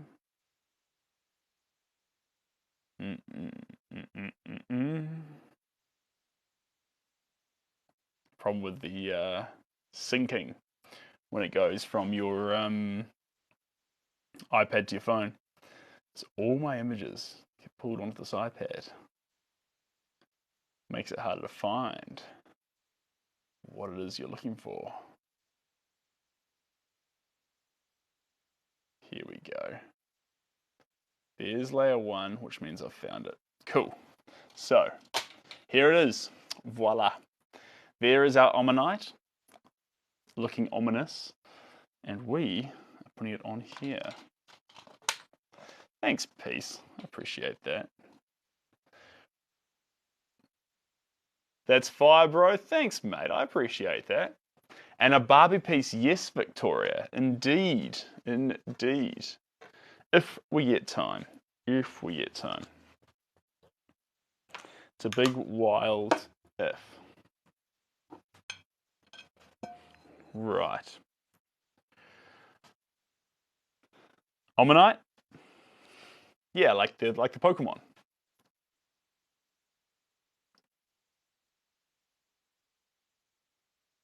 That's what we got going on here.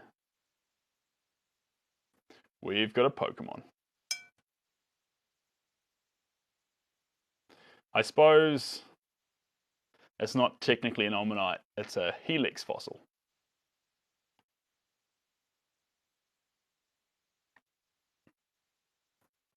There we go. And we're just going to start adding these little lines into it. They're going to show off. So the goal for this one, and these are just the highlights. So we did those saturated blue touches over the top of our very, very warm crustacean colors. And now we're doing the highlights of tan.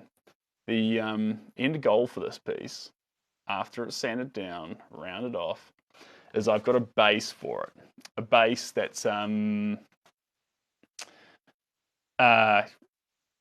airbrushed aluminium at this stage that I'm thinking, but I might change that.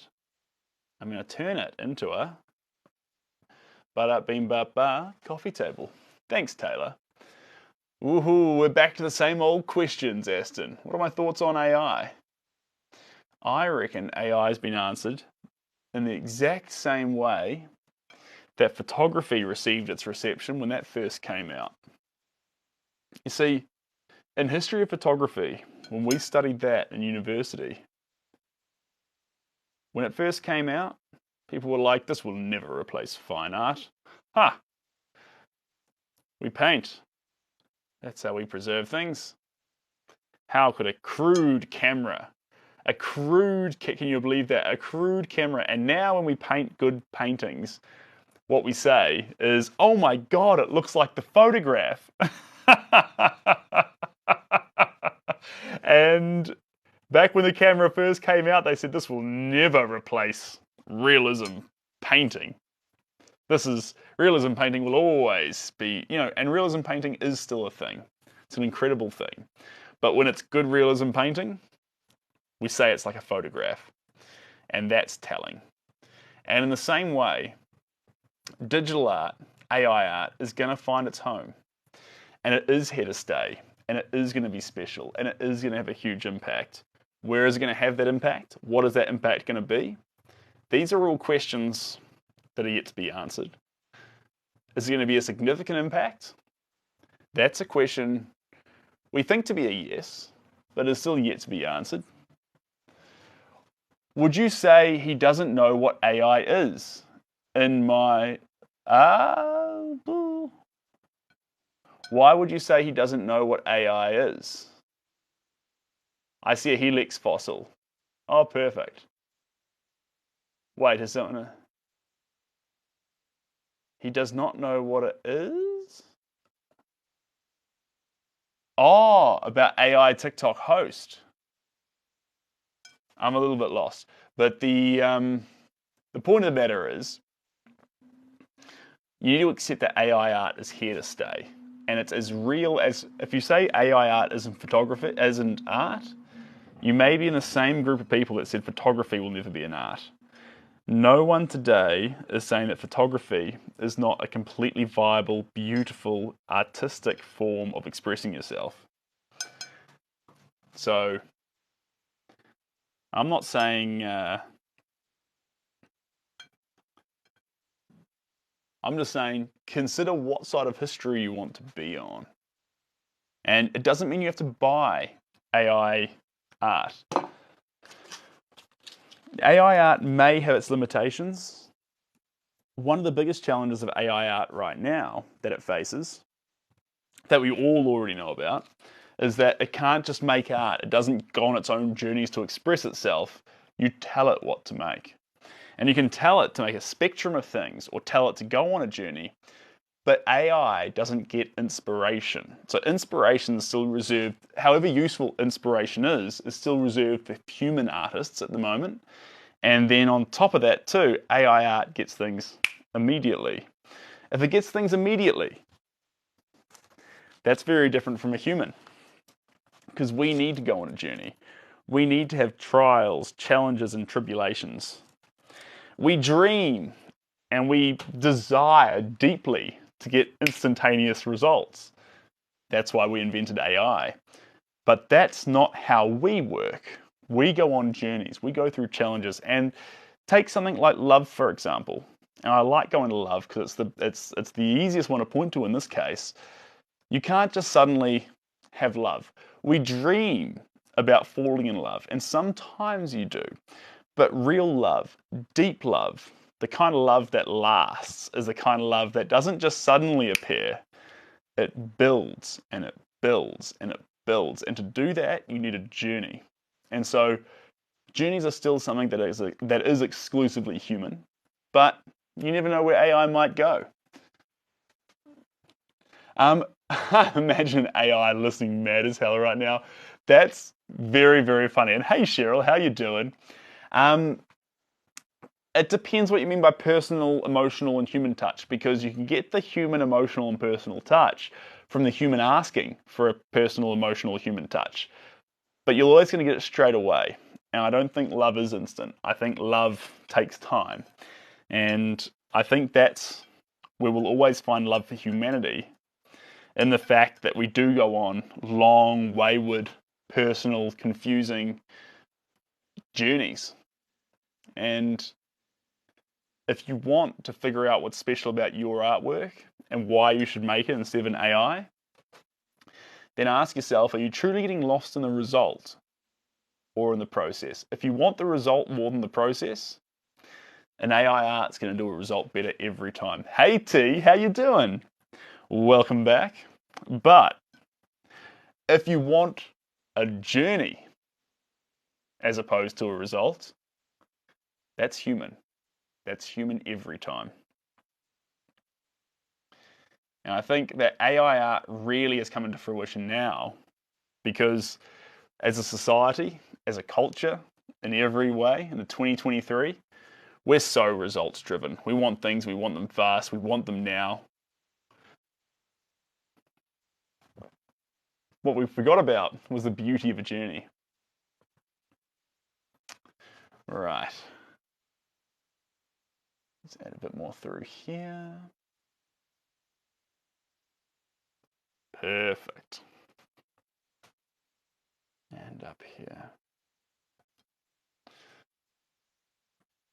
Would you call this a mollusk? I think you would.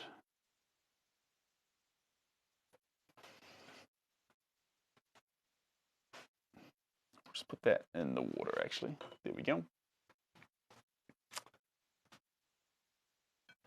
IA. Here we go. Let's splash some of this around.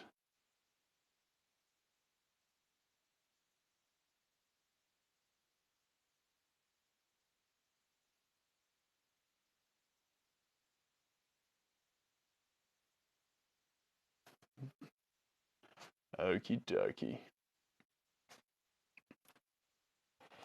Look at this. We have an unexpected moderator reunion here.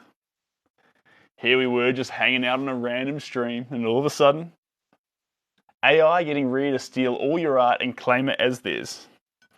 Honestly, that sounds pretty cool.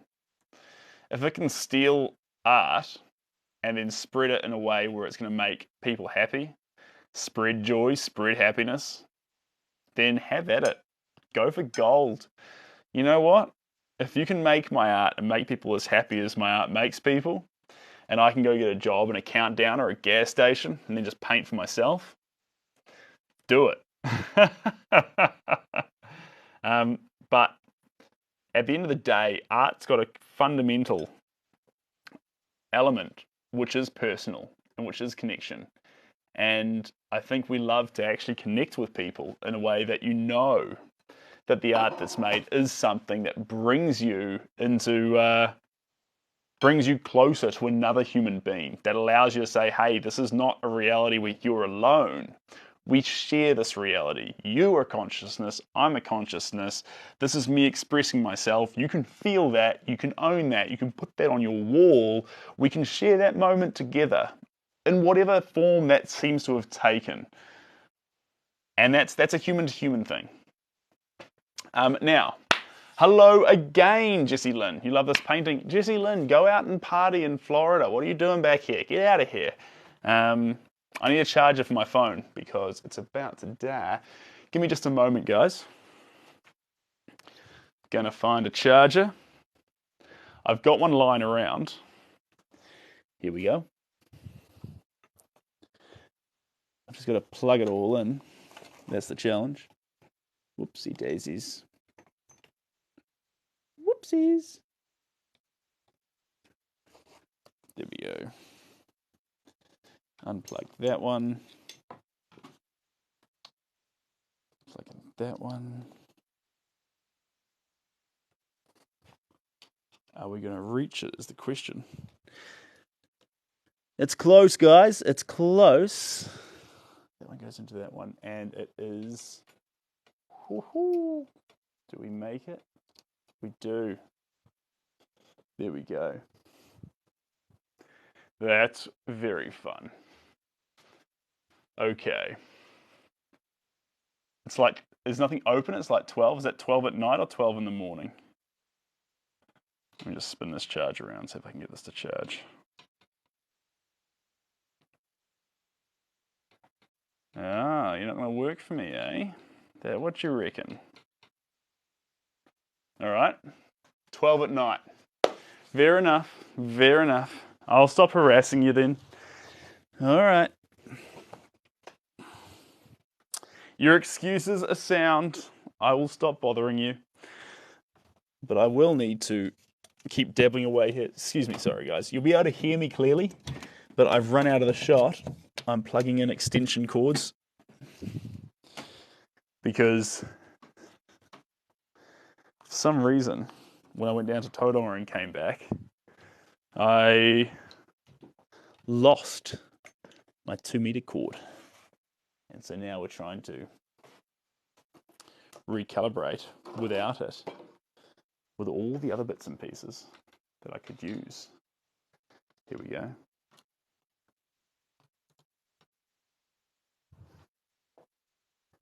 All right, we'll see if that worked. Yes, I fixed it. Hello, Bridget, how are you doing? And Paul Raymond, welcome back. Good to have you here. Your personality is adorable, sir. Good day to you. Thank you, Star. I appreciate that. Star, thank you very much for the AI talk. Oh, I appreciate it. And yeah, I hope you go off and enjoy AI artwork. I hope AI artwork makes you happier. Don't sit there and inquisitively look at something that's trying to make you feel better. If it makes you feel better, don't judge it, don't overthink it, just enjoy it. And Sebastian and Seb, both are correct. I do like the little flick on the ear though, Bridget, that's very fun. Let me see here. Okay, paint's going on well. We'll keep playing with it though. It's almost 11 p.m. here, so I'm doing better than all of y'all. Oh my god, you're doing better than us? You're such a timist.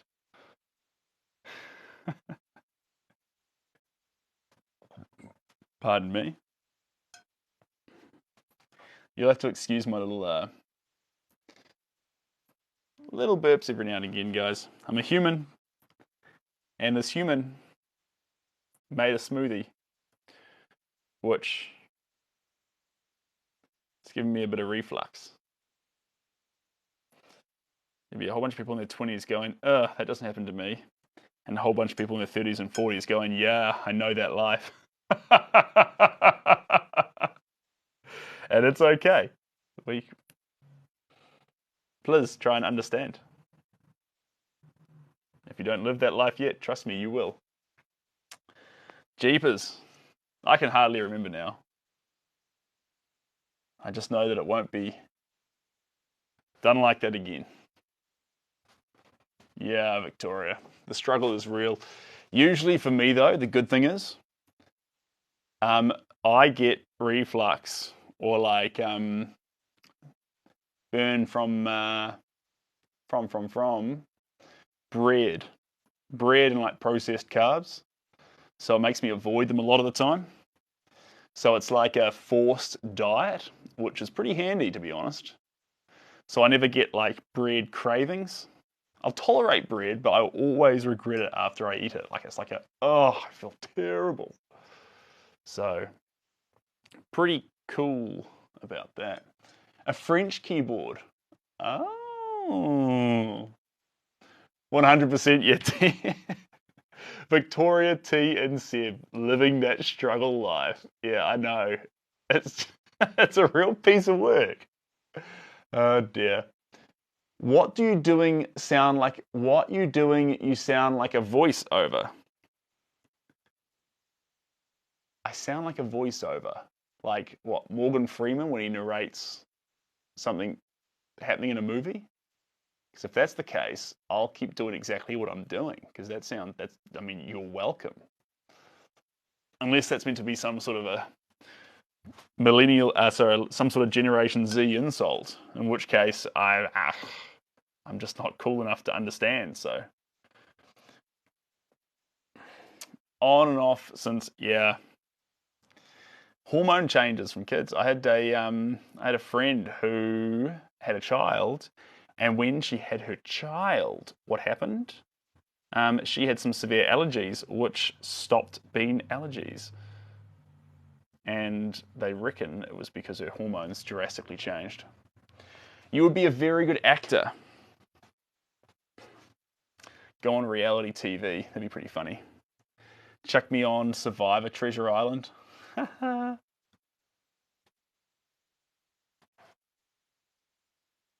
like, we can't use him on the show. He's just having such a good time. We need people who are upset. My sister had it when she was pregnant with a third, scared to have kids now. See.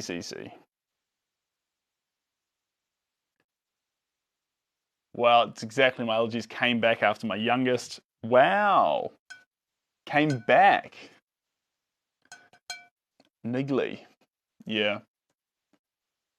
The hormone changes are real. And there's so much that goes on with it. The science behind it.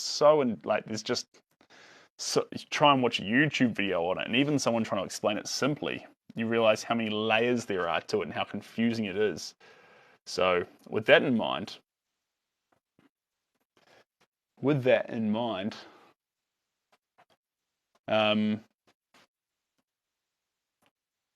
there's really no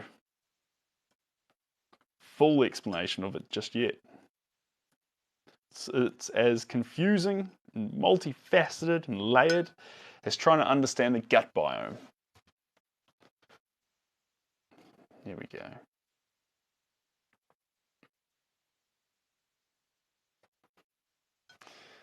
I've been wondering if this one here is a bit unique because of its shape. I've been wondering if we turn this one into prints or not. Be a pretty funny print. Because the print would still come as a rectangle, but it would have a circle in the center. You would be an actor. I think you've said that. But guys, I think at the end of the day, my passion is making art. I'm a painter. It's what I do. It's what I live for. It's what I'll be. You may see me act. But look, that doesn't mean that it's suddenly become my main passion. I just love paint.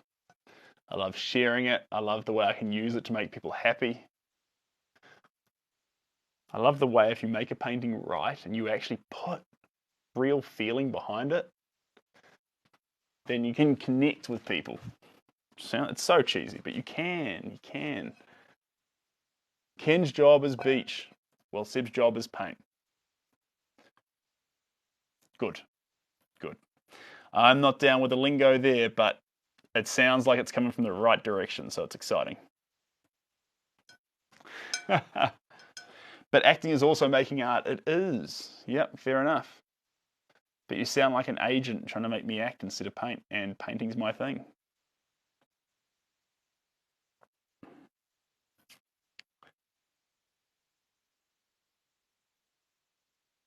I'd act, guys, but you got to make sure that you go off on these escapades and these side quests. Don't ever get distracted from your main dream. What is it that calls you? You say dream, but what is it that actually calls you and fulfills you while you're doing it? Surfing, painting, dancing, singing. What is it for you?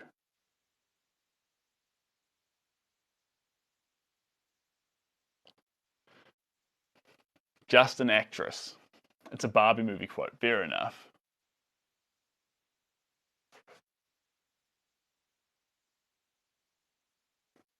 Just an actress. White collar booty shorts as an actress. All right. I've never seen your name in the credits of that particular name in the credits of a movie, but it is exciting. Barbie's everywhere. I think there's something fishy going on there. Like, for some reason, it's literally everywhere. It's a bit much for me. Like, you almost don't want to open your phone for fear of being inundated with Barbie. Thanks, Summer. Appreciate you. Hello, Seb. How you doing? Do you sell the painting? Noel Sutton. Yes, indeed I do, Noel. I was going to turn this one into a coffee table for me, selfishly. But this one here is not to hang on the wall.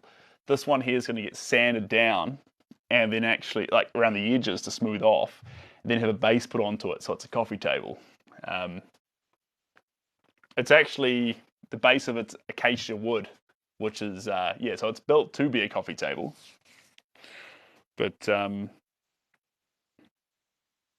yeah, we'll see. We'll see.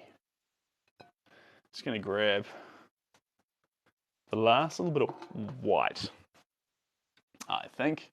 How am I lovely? That's a lovely thing to say, Summer.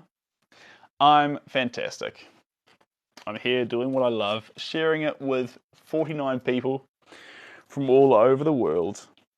And we're here. There's 20,000 clicks. Can I buy a painting? That is a great question, Noel. I've got no prints left available. And I've got, yeah, sorry, I bought the last 4 for the studio here. But, and then I've got a couple of originals here in the studio that I haven't listed on the website yet. So reach out to me via the email or via Instagram, or TikTok's no good because I can't send photos, but email and Instagram is perfect. So message me there. I'll send you through some photos of them. Maybe one pops with you. If one doesn't, all good. I'll send you through the commission link and you can commission an original. And we'll go from there. But Noel, get in touch because I do have 2 originals with me at the moment. Maybe one. One of them looks like it's going to hit the track. So let's have a look-see here. Am I cold? Not really. I've got the air purifier on, which does chill the air a little bit. Tahu, thanks for the rose, you absolute champion. And sorry, I missed something there. I call everyone lovely. It's an English thing. Fair enough. I call everyone mate. It's a Kiwi thing. So thanks, mate. Appreciate that. Not sure if it's legal in New Zealand, but would you ever try doing street art? Well, what's street art? Art done on the street. I did art in Indonesia, Nusa Lembongan. So if you want to see some of my art, don't want you to be miserable again like last time with, oh yeah, that's right, that was very cold. That was different. I wasn't miserable. I was just freezing. Now, if, what was I going to say? Noel, you've got the hang of it, mate. You're a true-born Kiwi. True blue Kiwi. You've got the lingo down. You'll fit in Australia and New Zealand by saying mate. I call everyone bro. That's a Kiwi thing as well. That's a Kiwi thing as well. New Zealand is one of my top places to visit. It looks amazing. Well, Summer, we've got amazing coffee, amazing hikes, good restaurant scene. We've got great beaches. If you don't surf, you can boogie board. You'll start picking up the lingo. Yeah. And if you want to get the hang, Summer, of listening the Kiwi lingo, then just listen in here and you'll pick up how to talk like an obnoxious, goofy Kiwi guy. Can't think of anything better than that. Let's see. Sure. Great New Zealand meat pies. Fair. You're a Kiwi. I am, Alberto.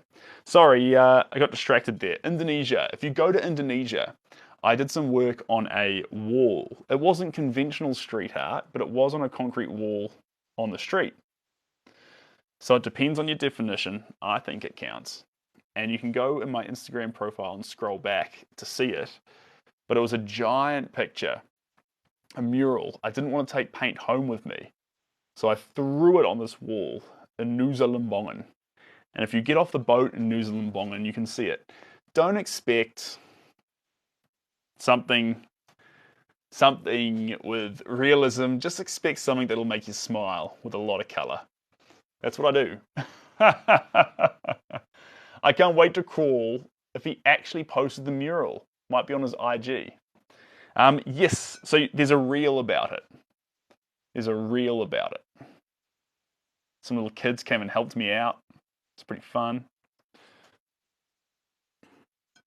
But if you want to see it for real, and not just see the reel, if you want to see it for real, go to New Zealand bombing. It's cheap. AJ, I am. Great profile picture, AJ. Really stands out. Here we go.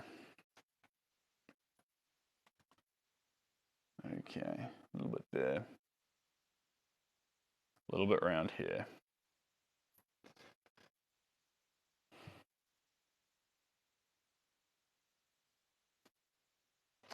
There's a town in Taranaki that the main street shops most likely have murals on the sides. It's beautiful.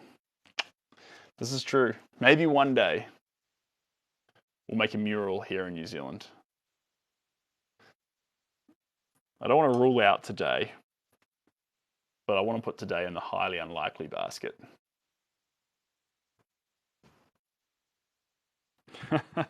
Cheers, AJ. Right, up through here.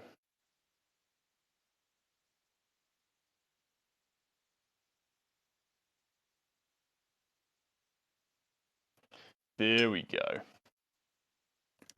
And we'll splash some up through there. Coming over the top through here.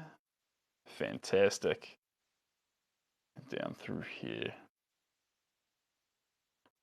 Awesome.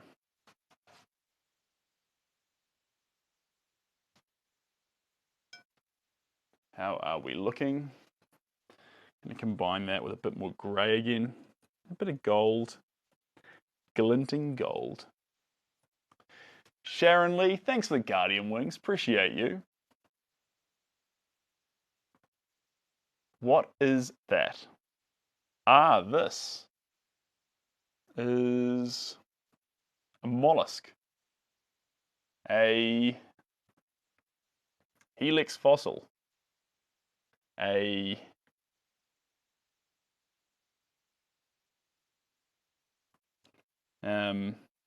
ammonite.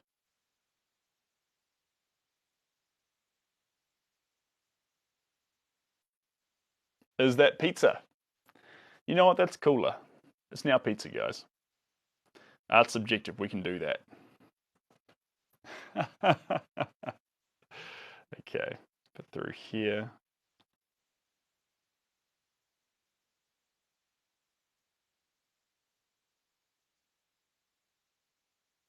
Perfect. Ava grande pizza.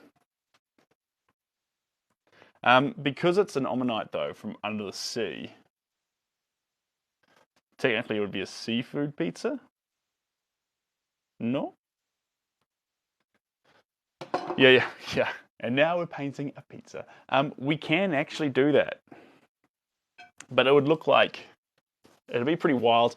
I think pizzas and food, I love realism stuff that does that. Because it like gets food that we're used to seeing the way we're used to seeing it and grows it or shrinks it, which is like quite obscuring to us.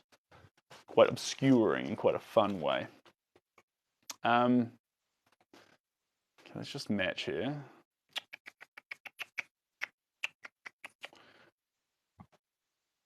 I'm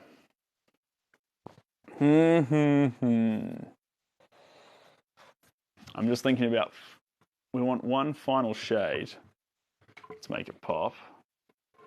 I'll just spin it around so you can see what I'm looking at. And you can see the level of sheen on it as well. Bahahaha, cool, pepperoni. Yeah, indeed. Might be an ammonite. That is true, John. You are 100% correct.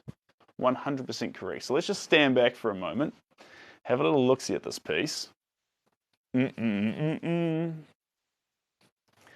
think we're going to opt for, dare I say it, we've got our blacks, we've got our whites. We've got our pop already in there as well. The last thing we need is, thanks Sharon, should it be a spiral? It should be. It goes round in a spiral in the picture. And yet for some reason, we didn't do a spiral. I'm not one to question the way an artist observes something. Here's our picture, for interest's sake, guys. Here's our ammonite. So the ammonite we've got here does go in quite a phenomenal spiral. It sort of starts here and goes around. But if you look at it here in our picture, it doesn't have the most clear spiral to it. So whenever we look at one individual point, what's interesting at that, if we ignore the whole picture and just do individual points and individual strokes, funnily enough, we never actually acknowledged any point, like an optical illusion, where it gradually hit it in. And so it slowly became the series of donuts, which is fascinating because, and I love that, because that means that for me personally, when I look at this picture and ignore it, all you see is rings that you slowly work in and out of, which eventually becomes donut wheels rather than actual... if you were painting thinking, I must see the end result exactly as I see it, you'd be like, snail shell. But if you're painting one little spot at a time, and you just keep noticing these little spots, donut. So I love that. I think that's really cool. There are some lines that you'll notice do favor going through multiple layers, but it wasn't prioritized. Color, form, all the fun things. Now, where is my Nepal's yellow? Sorry to say you missed it. I missed it? Missed the ammonite thing? You don't like it? Would you go as far as to say you hated it? Is it bringing out a strong emotional reaction from you? In which case, hopefully it's a joyful one. The topic. Okay, I'm going to have to lift this off here and have a proper look. A proper fossick. So you don't like it? Oh no. Well, like I say, yes, oh good JRM, I'm glad. I'm glad to hear you hate it.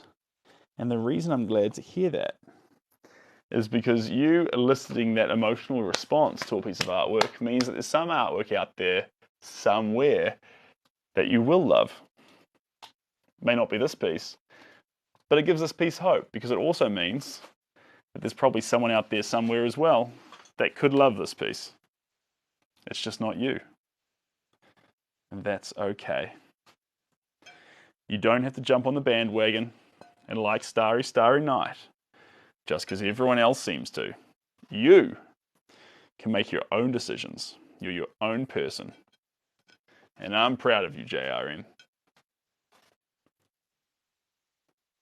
Don't be a sheep. Don't just say you like it because everyone else likes it. Well, I'm one to adore it. Perfect. See what I'm talking about here? Good, good. We've got one person who genuinely doesn't like it. We've got another person who genuinely does. And what's fantastic about that is neither of you are wrong. You're both just expressing the fact that you've both got opinions.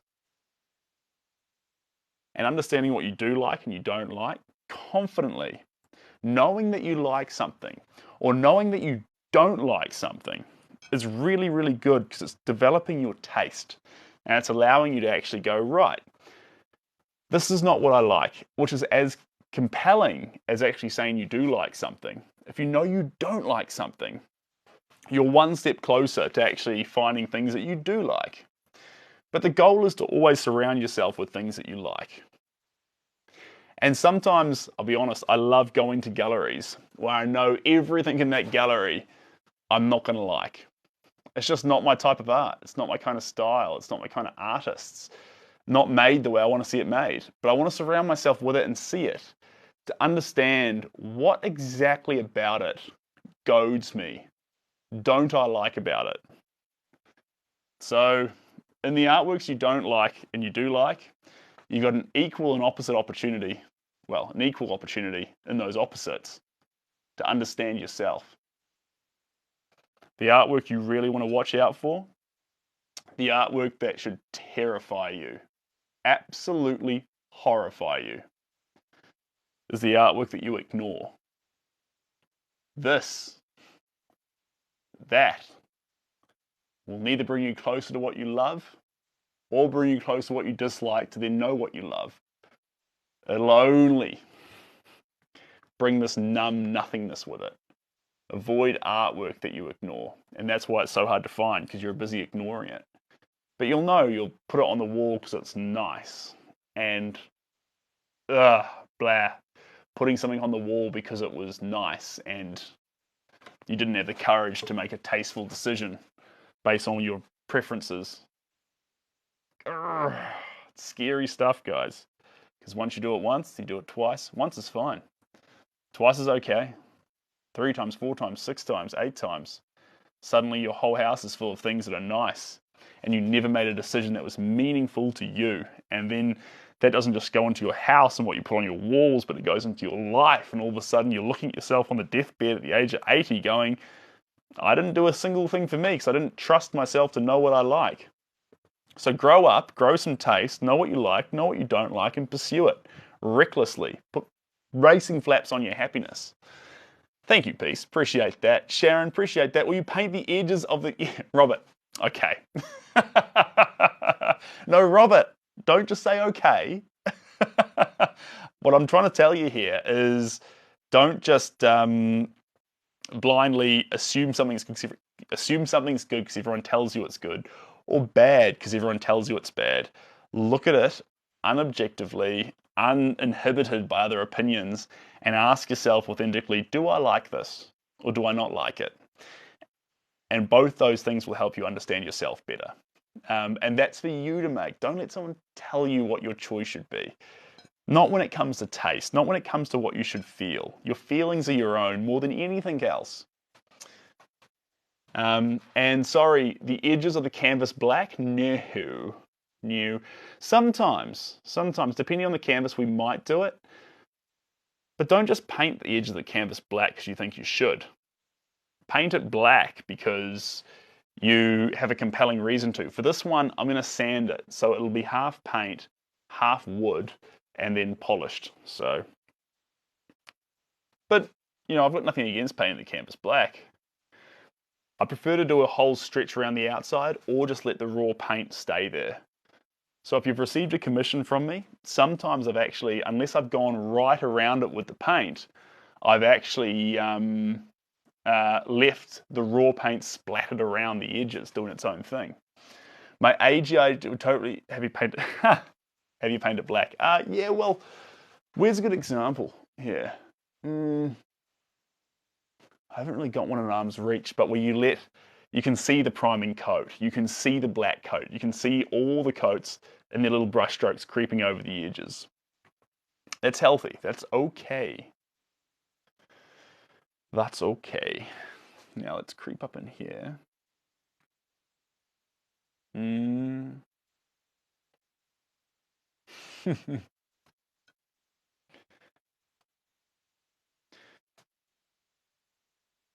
Yeah. So the takeaway from that too, guys, is if you go into an exhibition or a gallery, you don't have to go up to the artist and say, I don't like your stuff. Although it may be good for you to do that, but don't force yourself to like it because everyone else does and think that your ability to see is incorrect because everyone else seems to think it's amazing, but it doesn't jive with you. If it doesn't jive with you, your feeling or lack of jive is correct. The art just wasn't meant for you. That's okay. Not everyone's into the same thing. Not everyone likes Crash Bandicoot. Not everyone likes Crash Team Racing. Not everyone likes World of Warcraft. Not everyone likes soccer. Not everyone likes RuneScape. Not everyone likes Halo. Not everyone likes playing in a jazz band or improvised jazz. It's okay. Well, I love it. Blue Moon Serenity. I can't wait to see it completed. I already know what he's going to say, Van Gogh. Name an artist you like. Yeah, Victoria, I will actually start telling you about some more modern artists. I've been thinking, okay, we're flogging the Van Gogh train. This is my full-time job, Robert.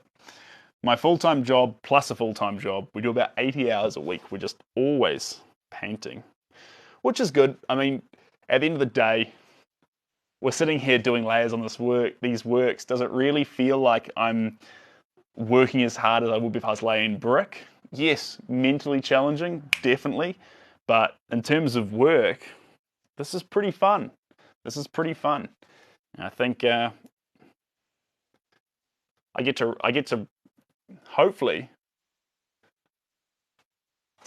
make some people feel better, justify people's tastes in different ways. We might pause there for now. It's pretty fun though. Pretty fun.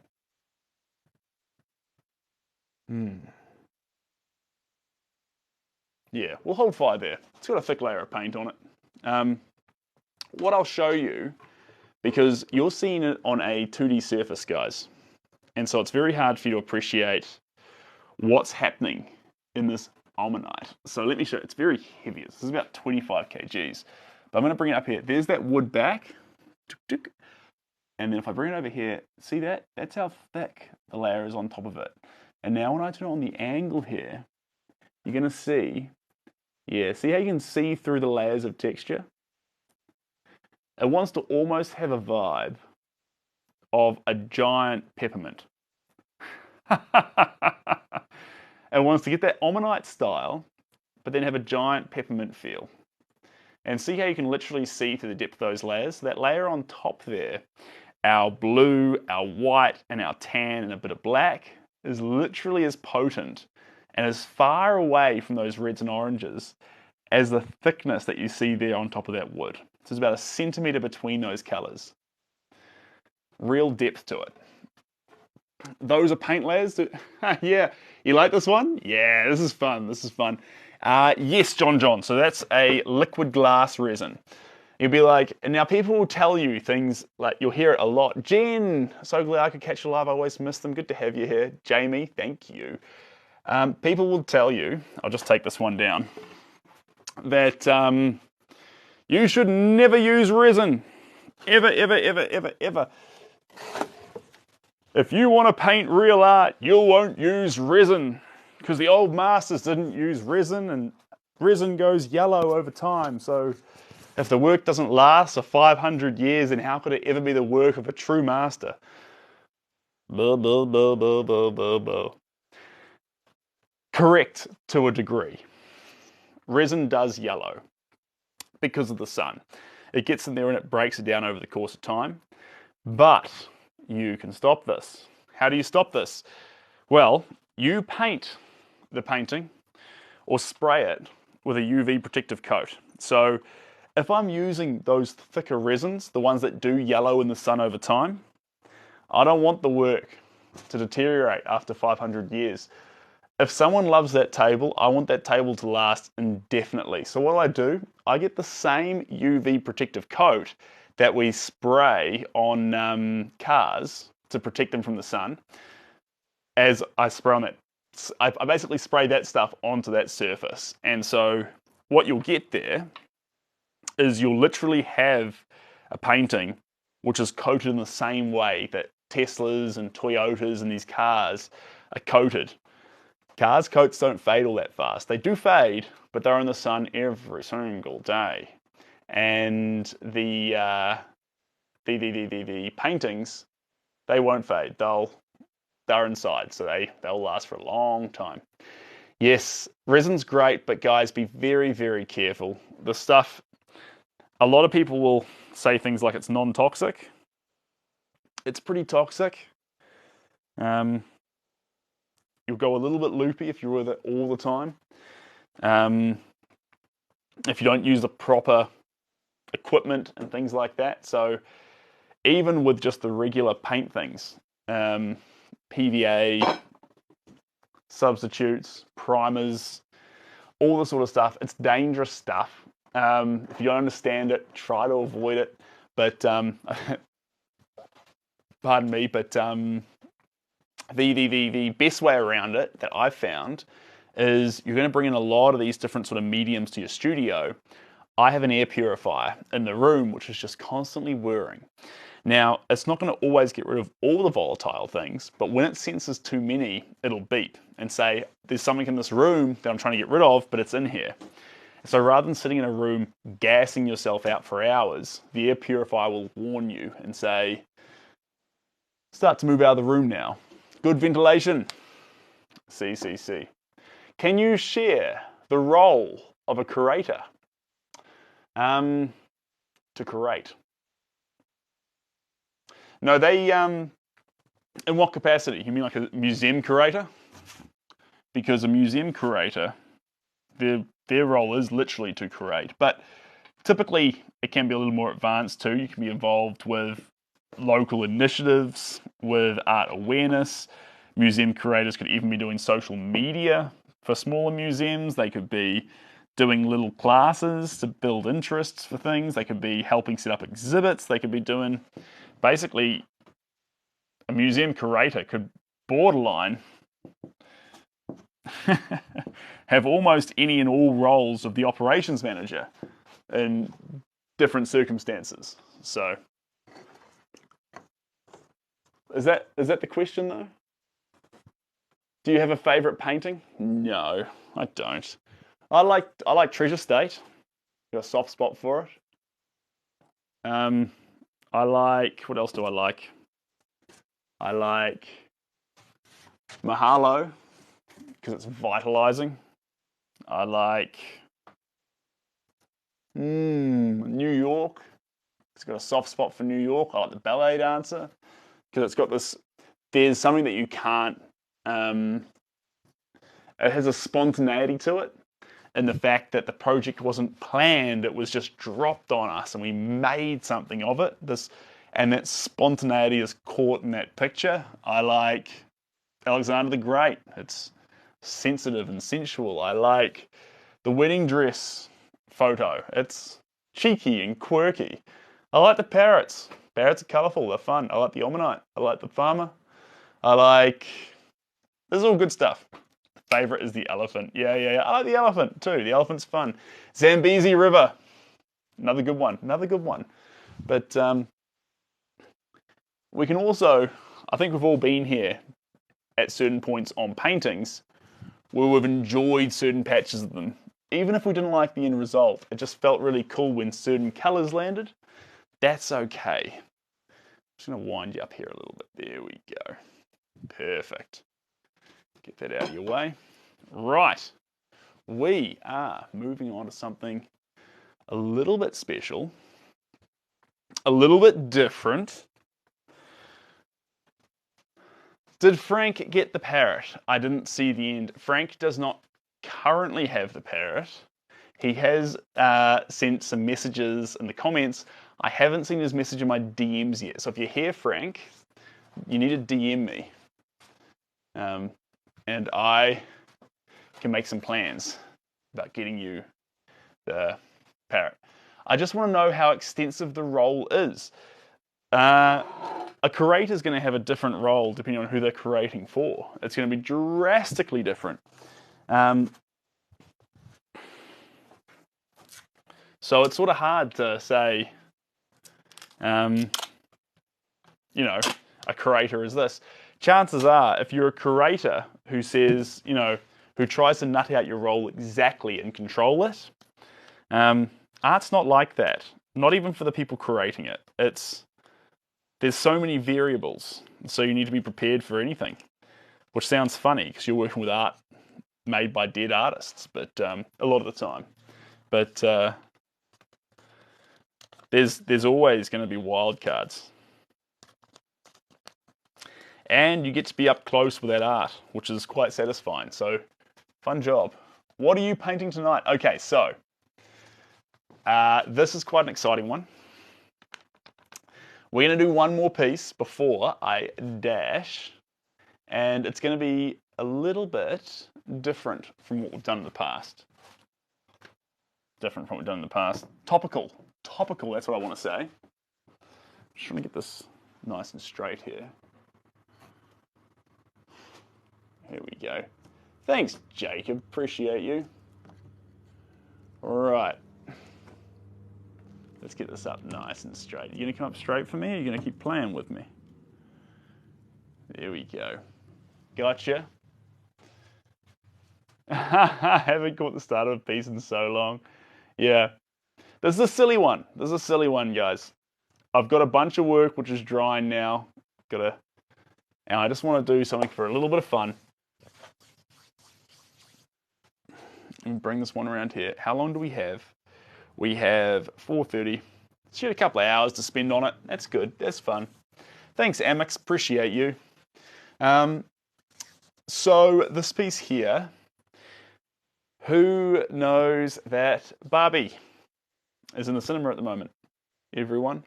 Barbie is not as young as the cinema's making out right now. She's actually 85. So when she first came out was 85 years ago as a yes, in a and thanks Trina, in the form of a Barbie. So we're going to paint an 85-year-old Barbie. That's the plan. Elizabeth, yes indeed. So, how do we get 85-year-old Barbie? Well, Barbie is Barbie in all her wild ways, and the way we're going to capture her is someone has, put Barbie into an AI and said, give me a picture of Barbie at the age of 85. So, thanks, Jacob. So, I have it here. This is what an AI generator thinks Barbie would look like at the age of 85. Voila. Pretty nice, actually. Pretty glorified. Pretty cool. So, massive, beautiful hairstyle, above the neck, lovely makeup, pearl necklace, big flower, bouquet. How we dress when we head out to the races. Now, this is going to be our Barbie. And the thing is, we're not trying to paint an old lady. We're trying to paint real Barbie. Real Barbie is 85. This is real Barbie. And the cool thing about real Barbie is she still has this immense beauty, and she's glorified in how she holds herself and gazes. So let's make Barbie happen. Okay, to kick off with, I'm going to need my little handy dandy pen. Right. Do I like where it's currently sitting? I do. It's perfect. I'm just going to bring it up just a little bit there. Perfect. Wrinkle-free. I think she's just wearing a whole lot of makeup, to be honest. And to be fair, she was already made completely out of plastic, so it's sort of hard to put wrinkles into plastic. There we go. All right, let's do this thing. What kind of board is that?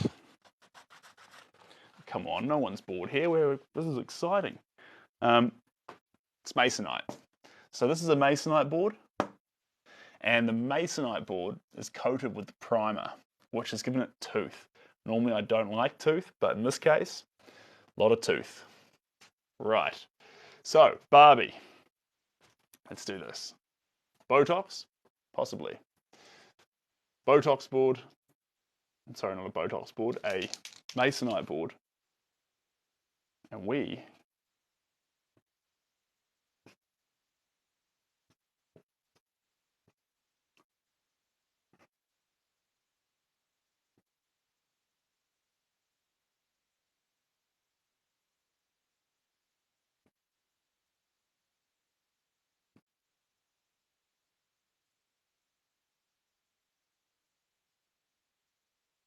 are just going to sit here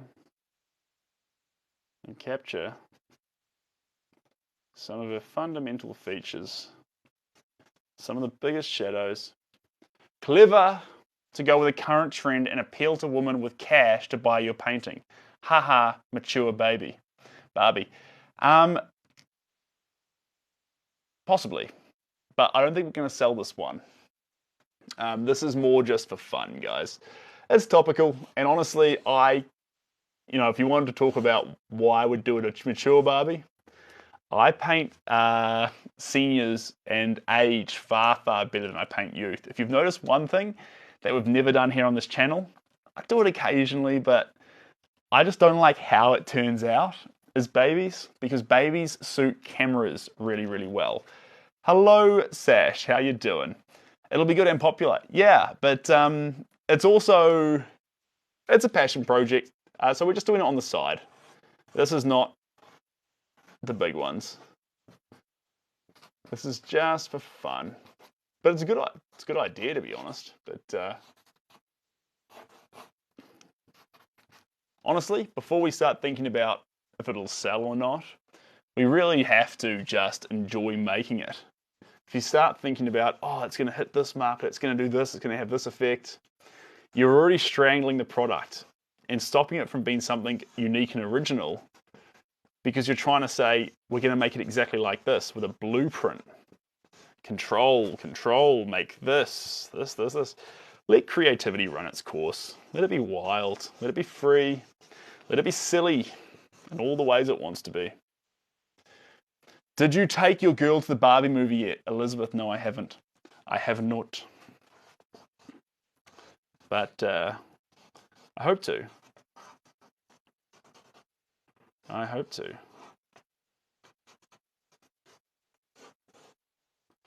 In the future. Plenty of time. There's plenty of time. There we go. Very clever movie. Call her Ruth. Did Barbie have an original? Was she called Barbie? Or was that the name of the brand? Like, what was the original name?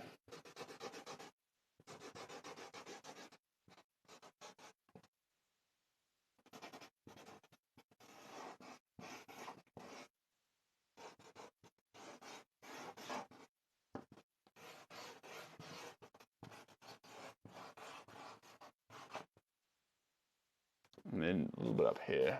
There we go.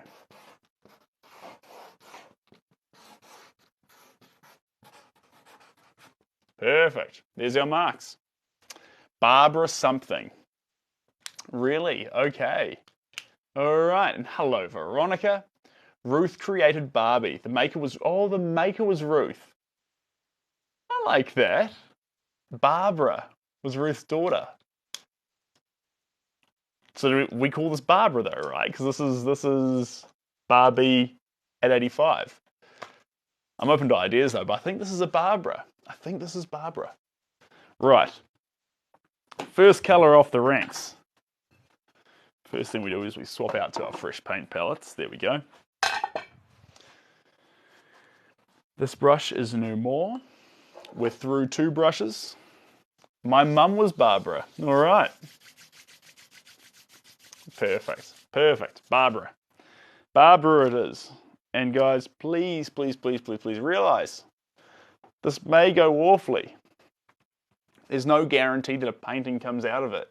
If we guarantee a painting, we guarantee no chaos, because chaos, if you allow true randomness into it, it may just be the case that we don't get a conclusion here, that we ruin it before it even comes into fruition. I like that risk.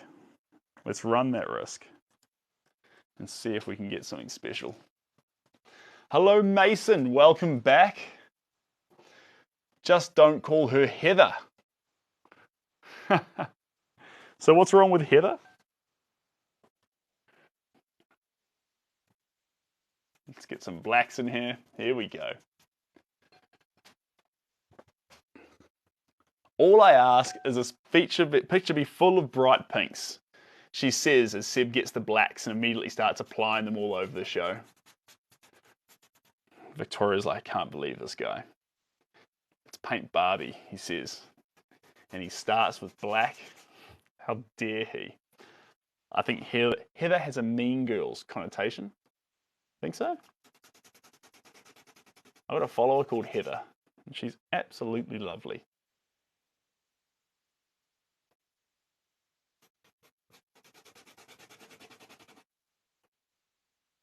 As Seb slaps the darkest, moodiest colours he can find. This is angry Barbie.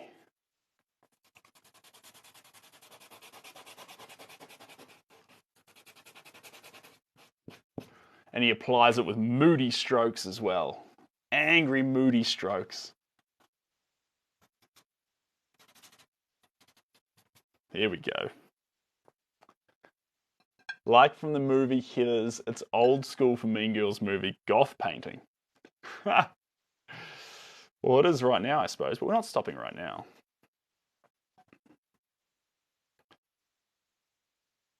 Without shadow, the pinks are just going to look like a giant top of a cake. Which I'm not fully disagreeing with, but I am saying that in this case here, we need some blacks to allow the pinks to properly pop. That's the plan.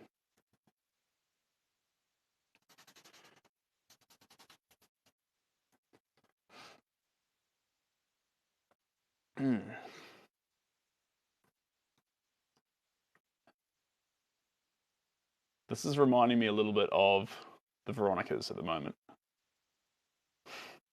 These big eyes. I don't know why, but Untouched is coming to my head.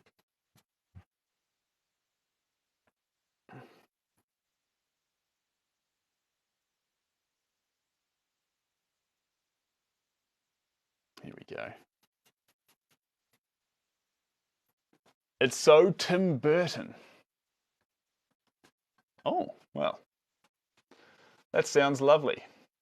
If only I knew who Tim Burton was. I'm sure he's a lovely gentleman. It's getting great. Could all go downhill in a second. One bad stroke and the whole painting falls to bits, and then you're all sitting here on the other side of a screen just consoling Seb while he cries. One day it'll happen. Oh, Tim Burton Nightmare. Yes, no, I know Tim Burton. I'm sorry. I tell a fib. I tell a fib.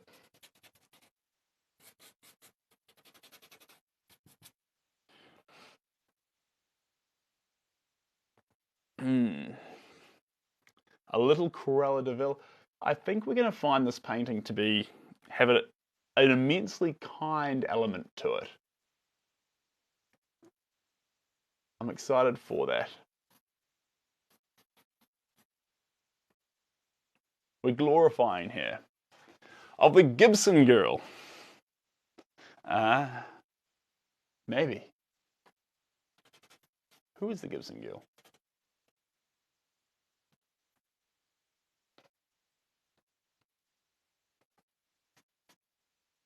We're staying the course here, though.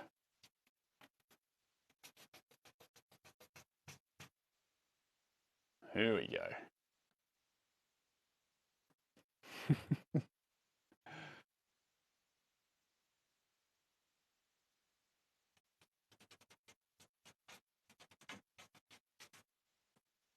Now, this is just a fun piece, team, so let's not get too excited. It's loosening us up.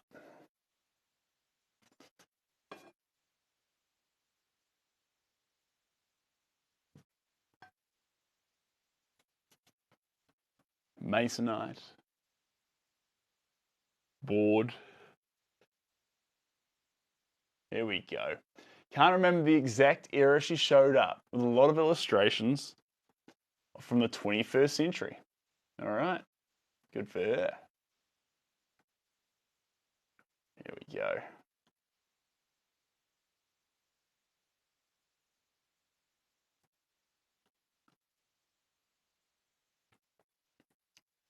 And through here.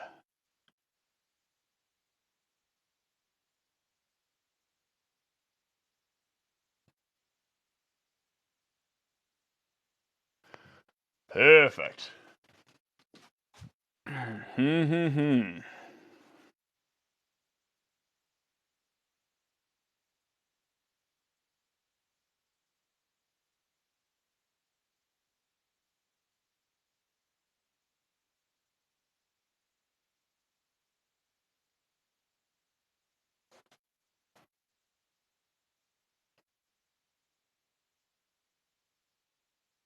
There we go. If you're in a hurry, you just call it finished now. Okay, next color off the ranks is going to be turquoise. Turquoise. Let's see where this takes us. It's kind of fun though, right, guys? In those early colors, not early colors, there's no color on this, in those early splashes of movement, sometimes you can capture the exact look and gaze and moment you're after. Doesn't mean you're going to end up with it, but it does mean that at the very beginning, from the onset, you took the first step from the right position. I love these early bits like this. Sometimes the first part is the most mentally draining, but certainly a good early start is the most gratifying by a long shot. The strokes rest on your wrist. Maybe. Try and get more of your body behind the stroke too, guys. We're working on smaller canvases right now, and I'm trying to stay in frame for you, so I do stand a little bit stiff, but it's important when you stand in front of your work to box with it a wee bit. And see this as I move? It does emulate almost the movements of a boxer a wee bit, but coming from your wrist, using your elbow, and working through the shoulder. Sometimes I find when I paint, I focus more on using my shoulder than any other part of my arm. See how it sort of comes out from that movement? And if you're outside and you've got tons of room, start in your back foot. Really get that rock going on. So you know, I want color there. Don't reach out and start going over there. When you see you want color there, you move into the position, and as you start going for it, the last thing that goes to actually make the stroke happen is the arm. You start moving for it, and then you add the paint. That's the trick. In the back foot. That's why I move like a complete nitwit when I'm painting outside. Always, if you're starting a big work, to capture that expression, to capture that wildness in it, outside, big movements, big gestures. Okay, I don't believe there's any black left in this brush. There is not. Fantastic. And I think we're going to add a little bit of the thick, slow medium into it here. Here we go. Thanks, love. Appreciate that. White collar booty shorts. Does that mean you're taking notes? That's fantastic.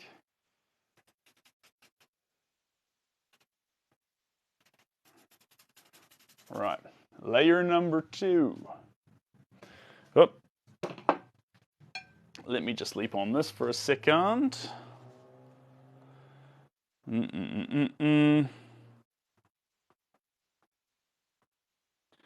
Bada bing. Just getting a message there. Someone's trying to call me. You're like, Seb, you're on a live. Don't answer your phone. And I'm like, guys, I do this for many, many hours. You have to let me. Not just drop off the face of the planet for everyone else.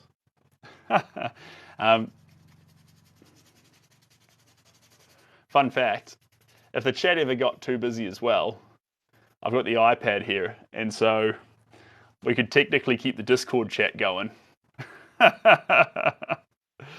under any conditions, which is cool. Okay.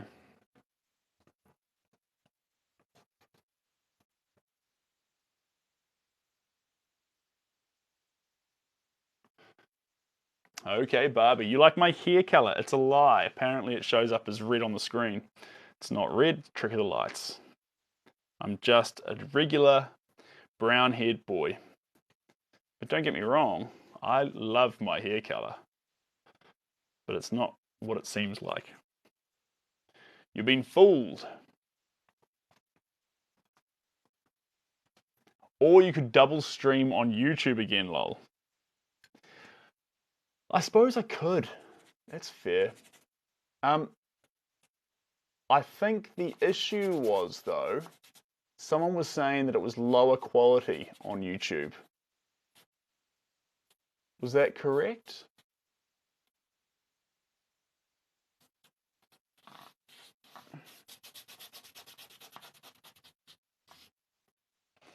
Dun, dun, dun, dun. And then over here.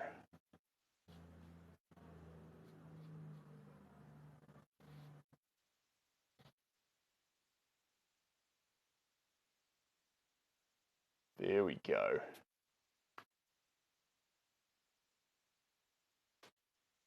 There we go. Does that come all the way across? No, there's a giant bouquet up there. So we'll let the bouquet exist. And it comes to there. Perfect. It's lower quality here tonight. It's lower quality. Wild. Really? Wow. Actually, I think the YouTube quality might be better. Really? This is wild. Do I need to rethink my whole life here? Nope. Someone's asking if I need anything. Shelby's saying, do I need anything? I do not. Linda, quality's great for you. That's good. No complaints, just different. Just different about lighting or camera. Fair enough. I'll tell you what, maybe I try and do some little twisteroos. See if that helps a little bit. But your eyes aren't good, so you don't even notice? Fair enough. Is that annoying? I'm going to get rid of that. Come here. Gone. It's just slightly fuzzy here on TikTok, but it's every live for me here. Niggly. So you reckon I should actually stream to YouTube at the same time in higher quality? I'm down. I'll do that.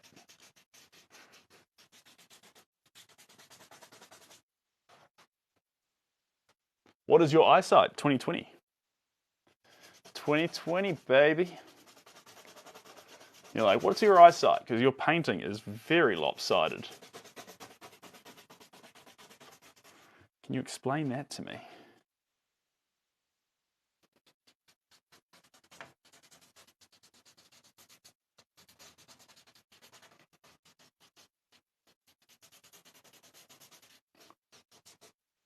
Hello, Ray. How are we doing? Yeah, good vision. You don't need it for painting, though. Some of the coolest works you'll actually see by people are people who don't have full vision in certain ways. Heck, Beethoven was deaf in the later part of his career. So, if you can't see well, don't think for a second that holds you back from being an artist. It might actually be your biggest kudos. Mint, same for me, a bit fuzzy but still good. Wild, niggly and wild. It might have to do with people's Wi-Fi speeds.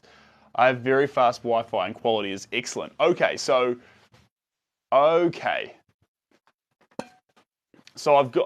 people with really fast Wi-Fi are experiencing good quality. That's good. That's a plus. Hello, greetings from Chicago. Good to have you here. Welcome.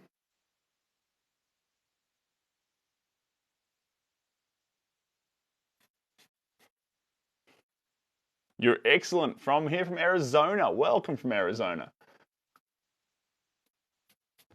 But don't get your hopes up yet. This could all go disastrously wrong. We're very quick to compliment works we can immediately identify. Sometimes your ability to immediately identify them should be the biggest red flag out. So give this a chance to not be something you like. I know that sounds ridiculous. I love the colour though. Yeah, the colour's fun. Colour's fun.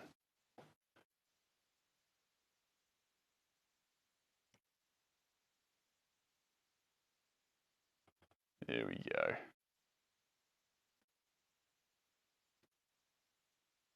You know, one of my biggest critics is my mother. She looks at my art and she says, it's too much colour. It's not enough detail. And she's right. She's usually right. There is a craft element behind your own personal art. It's important you understand what that is and how to utilize it.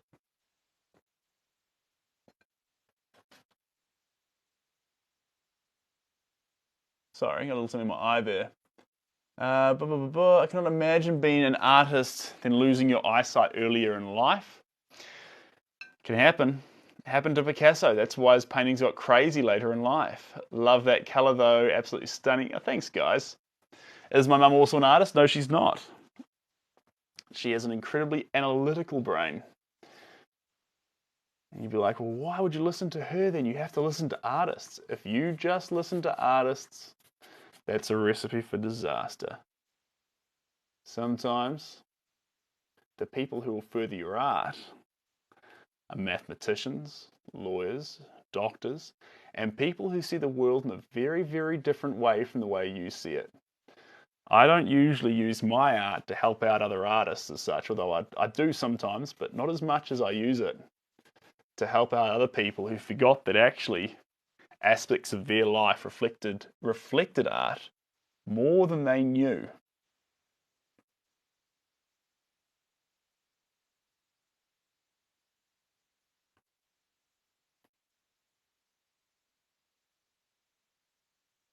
Same goes for this.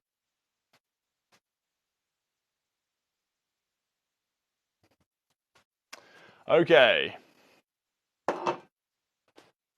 Let's grab a fresh bag of rags. These are quite cool. Watch this. Rip this open. Hello. Pull that out. Down with that. I love this rag. Look at this funky piece here. Howdy, y'all. Welcome, Ryan. Where have you been, Ryan? And don't say anywhere else but here. I don't want to hear your excuses. Ryan's like, hey, I just came in here and gave you a heart me. Why am I getting so much grief? My eyesight is fantastic. It's a lovely painting of a Chihuahua.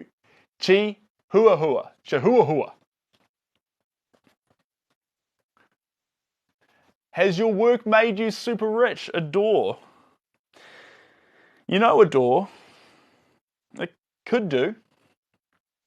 It could do. My work is worth enough now that it was keeping me a roof over my head and food in my mouth, and so, but the price kept going up, and that happens, obviously. That's part of art sometimes, and so I've been really lucky to be able to change the system on some of the paintings that sell, and now I've been able to tee up with a few collectors actually saying, all right, when this piece sells, let's grab because you can't just say for one person, you pay, say, for example, let's just put arbitrary amounts out there. You pay 600, oh, but this guy gets it for 50. No. There's one rate for the art. That's what it is. But how about we grab a chunk of that and we both do good? Let's get that chunk and give it to charity. Let's make a difference. So, no, I don't drive a Bentley.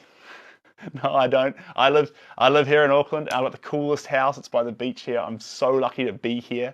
And the coolest studio, don't get me wrong. So I've got everything I need to paint, but in terms of rich, you don't need that, guys. You don't. Like it's a trap.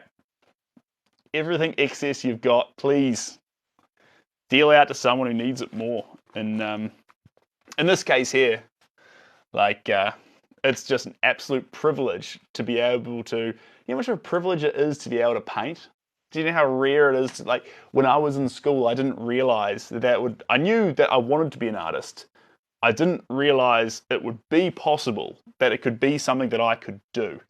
That wasn't there was the dream, but never the connection to it. And so, I think if you do get your dream, understand the level of privilege you've been given, and do as much as you can to give back. So, but again, like that's yeah. What's a nepo baby? All these terms. God, guys, we need to stop making up terms. I reckon 2025 is a cut-off date. You hit 2025, no new terms. We all just use what we've got. 2 more years of terms, and then we're done. Right. Okay, so I've got a funny one here. Trust Fund. That song by Pink where she's like, a trust fall. I don't hear fall. I hear fund. And she's like singing the song about this girl who's traveling everywhere and doing this stuff with this guy. I'm like, that sounds expensive. And I heard the song and I heard Trust Fund Baby. And I like the song. But now I hear Trustful Baby. I'm like, I'm pretty sure it's a trust fund baby. Nepotism baby. Kids that famous only because of their famous parent. Well, I wouldn't resent the artist or the kid for that. Like, you still have to look at the art and see if there is something in there that you like. Why turn on it if it's, yeah. I'm not sure.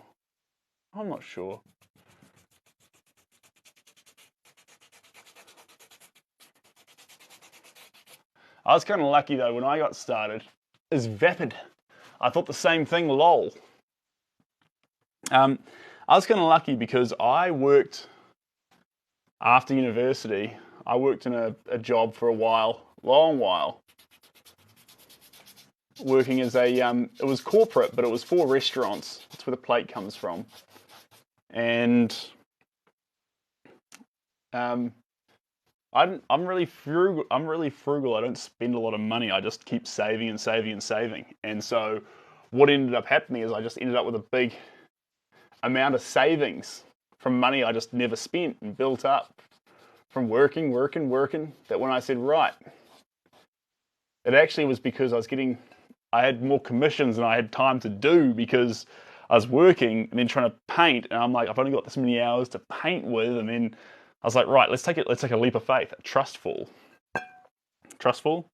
leap of faith, leap off the deep end. And then basically stop telling people commissions were going to take months and became a full-time artist and was able to use the savings I'd built up to sort of be the wings that would carry you as you start. So, but finances are a funny one, guys. You don't need to quit your job. Like, Van Gogh never did. Monet never did. You don't make art to make money. That's not the point. If that becomes the point, you've failed. If art was to help you better understand yourself, and the purpose of your art then becomes to make money, you've failed. Art's not made to make money. Money is made to make art. And once you've got enough to make art, the rest of it, that's going to be an inhibiting factor. And you're like, but I want it. Yeah, you can want it, but realize that everything past your ability to make art is just going to make making art harder. I need some commentary on this picture. Fair enough. Aversion is internet-ish sometimes. Totally understandable. Mini adversion? Probably. I don't know what you mean. The type of Getty and Kennedy girls throw up suit Van Gogh's painting side eye. What time the Getty and... No, I don't... I'm not understanding that one. I'm trying to read it, but I'm missing parts of it. Tim Burton vibes? Yeah, we've had that one. That's pretty funny. Tim Burton's fun, though. There we go. Now that I'm on the right page with who Tim Burton is.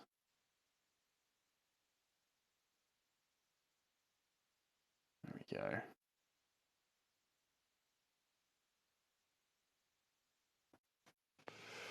Seb, are you sure your vision is 2020? What happened? Did I do something stupid? Oh, that's right. I was trying to read the comment. Yeah, fair enough. Fair enough. I didn't know what it was like. It was like written like it was telling a joke, but then it was like, am I getting the side eye? I'm trying to understand this. The Harrises and Three Soup in his painting is part of the Extinction Rebellion protest. Fair enough. It's probably a bit intense for 85-year-old Barbie, but I think I'm following. A Kiwi Barbie. No, I think she's the regular Barbie. She's the regular. But we do need... What's the next colour going to be? Let's keep getting those darker ones in there. I want to get a bit of a skin tone there. I want to get some of the greys in there. And then we can go into some pinks. But what colour is that skin tone? Is this going to be it? Yeah, this will do fine. Ooh, is it? Ew. Tough one. A little bit of this. Oh, okay, now I'm following. Rich girls throwing soup at painters' work who died penniless. Yeah. I think when you read that situation at face value, it sounds strange. There's probably a lot more factors going on behind the scenes that cause something like that to happen. No point resenting Van Gogh, though. He was tortured. He captured beauty in his art that we can appreciate now, but he wouldn't say he exactly lived it up. But you know what? Don't sympathize with Van Gogh at the same time. He doesn't want your pity. He actually painted because he loved to paint, and he did exactly what Monet did, and exactly what all painters should really hold as their biggest, most important belief, that he made just enough money so he could paint. It's inarguable that there's a lot of Van Gogh paintings out there. He made enough paintings, and he made enough money to then make them. So, that's important. Right. Margaret Robbie. Margaret Robbie? Here we go. It doesn't help that the comment number is small, but totally understandable. Comment number count? I'm not following, Joe. I think if we get just enough comments in here to help me follow. If we got more comments, I would lose the thread.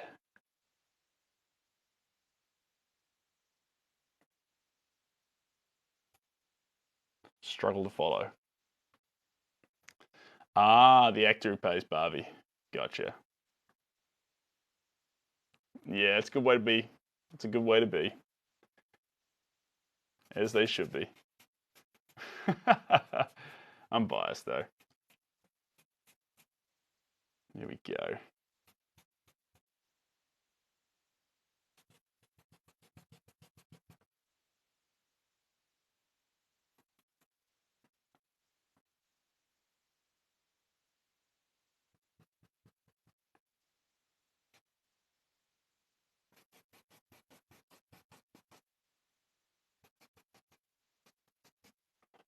More brown through here.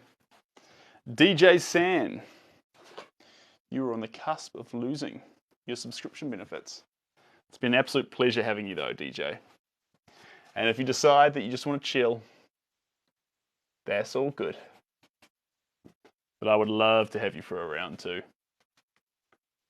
This is how you know Seb is all about paint.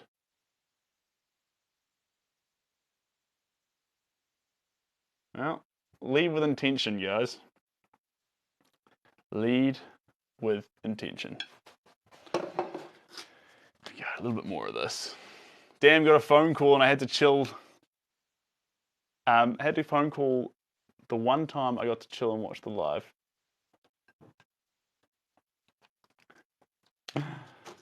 No.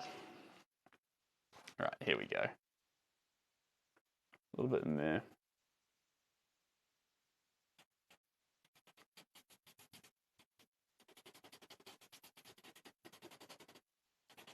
It's like applying foundation to her face. It's pretty fun, actually.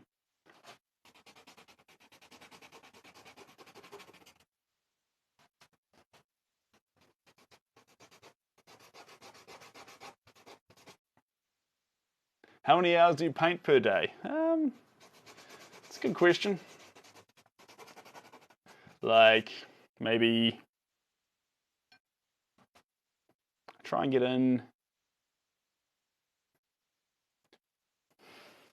4 to 8 hours, depending. The issue you can run into is that sometimes you've got priming to do. You've got canvases, photos, lots of stuff to do all the time. So sometimes it's not all painting. You've got other responsibilities that can take your attention. And that's okay. It's like someone who wants to be a plumber. Realize that even if you want to be a plumber, you're going to have invoices. You're going to have this. You're going to have that. Victoria's out of here. She's had enough. I will catch you later, Victoria. And, you can subscribe in TikTok Live. Didn't know that. Does it go to the streamer directly? Most of it does. It's like buying a streamer a coffee. So if you want to subscribe and support, you are more than welcome to, Cho. I would absolutely love to have you on board. Bum, bum, bum. In fact, I can go like this and do that little thing where I go, can I do it? Is it going to show up for me? It's not doing it. That's the problem when you're like me and you don't know how to use tech. Touch this.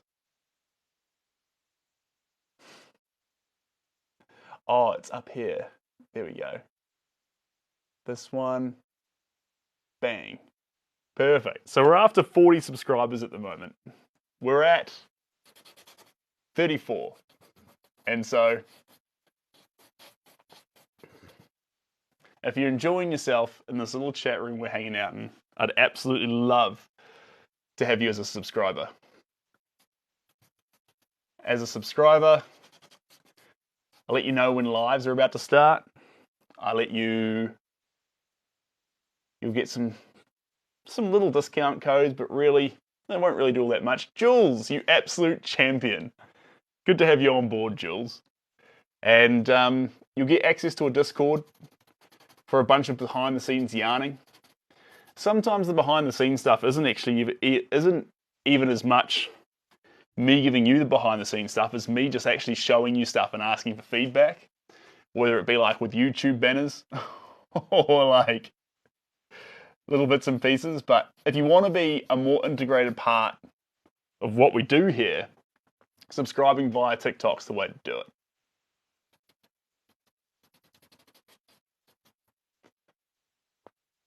Fast internet really destroyed my focus. Yeah, I can feel that. One thing you can look at doing, especially if you pay for your own, you've got a phone plan that costs you a bit of money, is to consider getting a second phone, a burner phone that people can contact you on, but giving up on the apps during the day, to allow yourself a reprieve don't give up on the apps altogether. Dive back into them at the end of the day, but how often do you find yourself just staring at the app because it's on your phone and you've got a spare moment to fill? This is dangerous, guys. Sometimes nothing happening is a great thing. This one's cool. Hello, Jade. Welcome in. You like this one? This is a picture of Barbie. Barbie at 85, actually. It's pretty fun, actually. This is almost where I'd pull the trigger and say, let's, yes, I sympathise with that, Cheryl. This is where I almost like to stop them and go, right, that's enough. But we're not going to do that. We'll keep going. Because like I say, it's just for fun. So if we overwork it, it's all good. But in terms of her look and moment that she exists in, we've sort of captured that. So what we're adding on now is just for fun. Have you ever done a painting of yourself? Lee, I have to edit reels and upload pictures to TikTok and other places. And I love doing it, I do, but realize that it's always me making art. I've seen enough of me. I want to capture everything else in the world. There's so many things out there that are so much more interesting. Trust me, like there's, whether it be a wave, a reflection, a cityscape, a sky, another human being and their trials and tribulations and who they are. Fascinating, incredible, interesting, engaging, enchanting, mesmerizing. But let's get, I'm supposed to be able to, there it is, the white. We're hunting for it. Oh, T, thank you very much. I appreciate that. I did upgrade the website, and Shelby says hi. I'm glad you like the new website. I was nervous when I first made it, but it's a massive step up off the old website. And it's actually not far off another upgrade. And Mohammed, thanks for joining the team, Mohammed. And there was someone back there as well who joined the team. Excuse me, Michael Denny. Michael Denny? Welcome to the team, Michael. All right. Just dry brush on here. Can you hear the scuffling of the brush? I'll pass it on, T. Yeah. So the website was actually really, really fun to make too. I got a lot of help. It came together so easily. Right people in the right place doing the right things. I'll pass that on too, Cheryl. And hello from Malaysia, Mohammed. From New Zealand to Asia. I got a little something dry in my throat. Here we go. This is going to come down through here.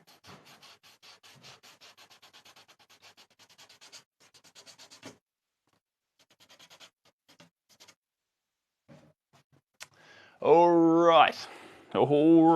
So this is just white and we're just dry brushing it on.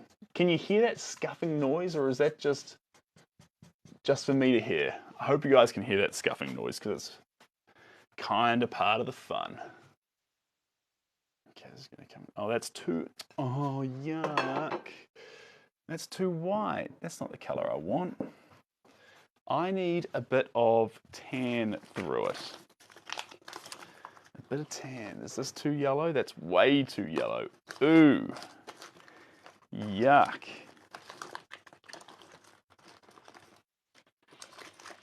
No. Maybe a little bit of this. A little bit of that, but it's not quite on the mark. A little bit of this. Oh, maybe these two will work well together. Oh, cool. I'm glad, guys. I'm glad. I tried to, if you were here at the start of the live, when I had the thing rigged up here, I was trying to make it sound really intense, so you'd be able to hear like the but unfortunately,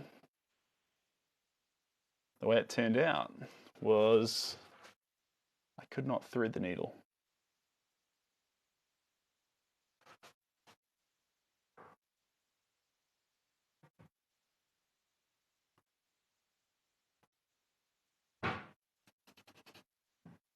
There we go.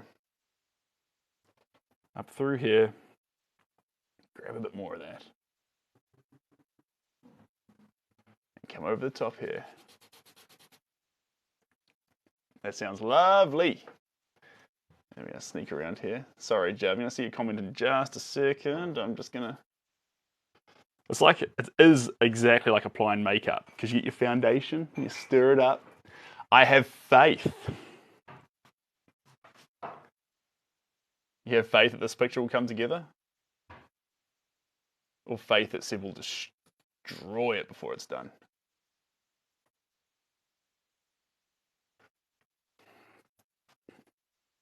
And lots of white that connects those two parts together. That kinks in there a bit more. There we go. And that kinks across there a bit more. Goes through there. That connects into there. Ever so slightly. Coming down here.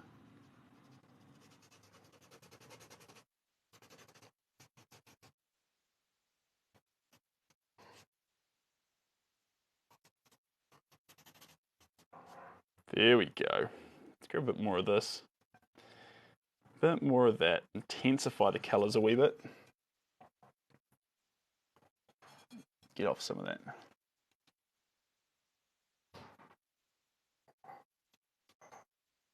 There we go. A bit more here. Dabble it around inside these.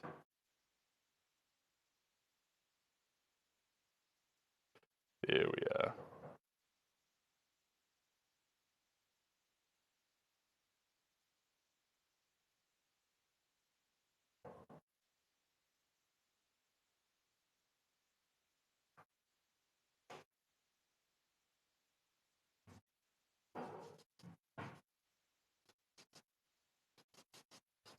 So the biggest indicator of her age is going to be the neck there, because you'll see that she has those wrinkle lines in her neck, which will really bring out her stage there.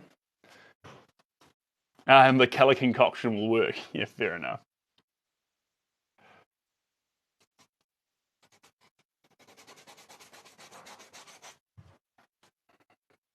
And we will need to dive back into our darker shades to bring out some of the beauty in her face again as we let this white run rampant.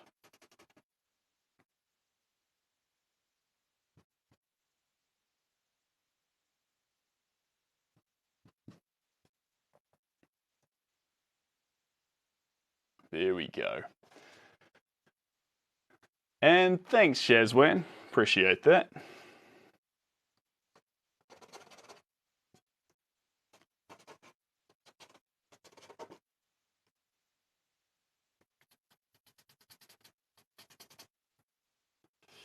See that nose blends into that cheek? We'll give it more form later on, but not right now.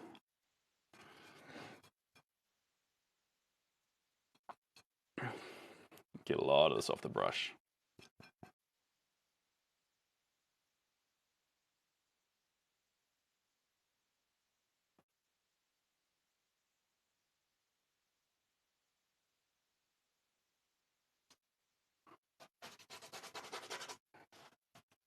All right, now we're coming into a bit of pink.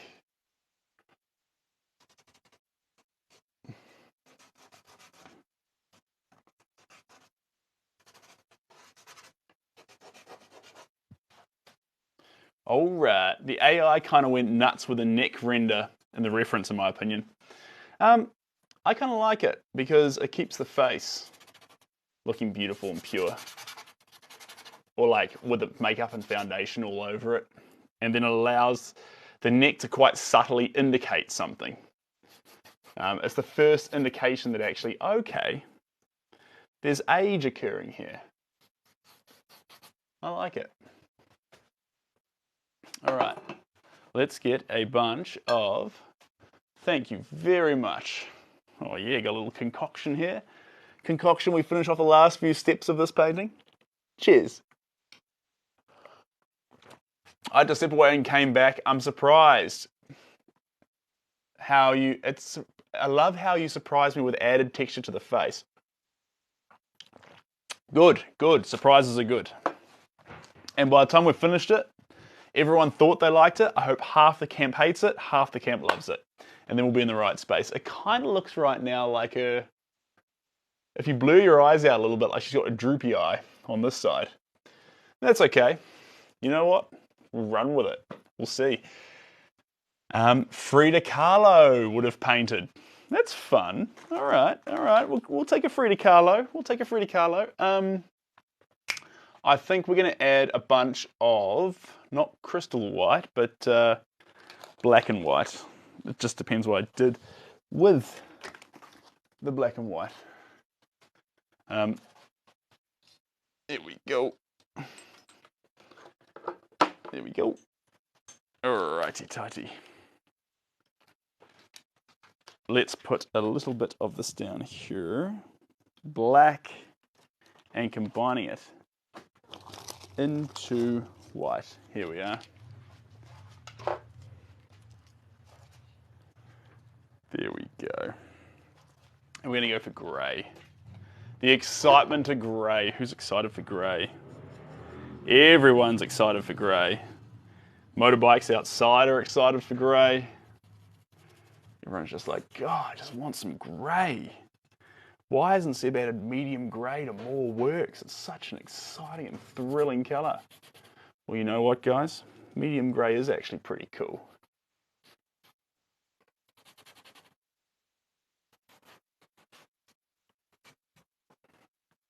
Here we go.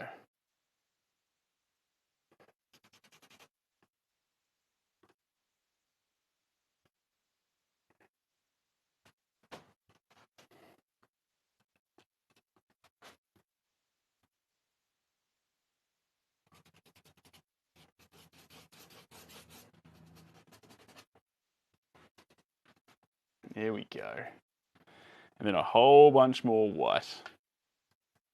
Perfect. Okay. Let's see where this takes us.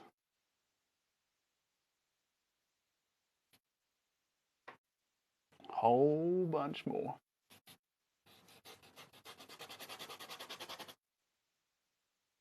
And up and around here.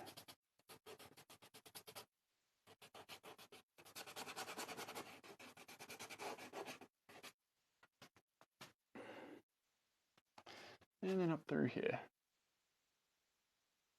See, now we're adding some pure white to it. Good to have that in there.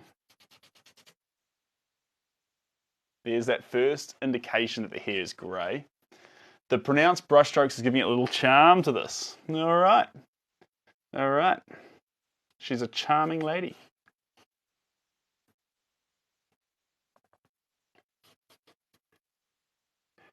There we go. And now we're going to do something quite naughty. Splice that with the red.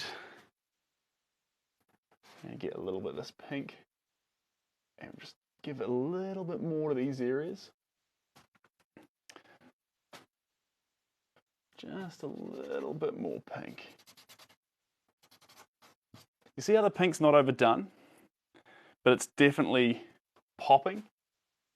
That's the key with pink. Not to overdo it, but to let it pop.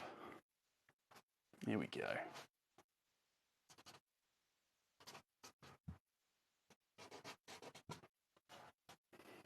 Perfect. And then there's going to be a little bit through here.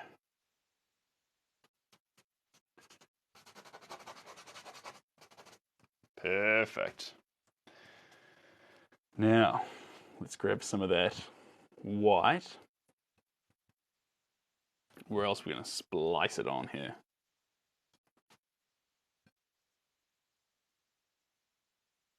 Diamonds are a girl's best friend.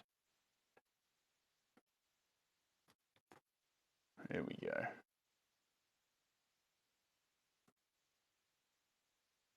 There we go.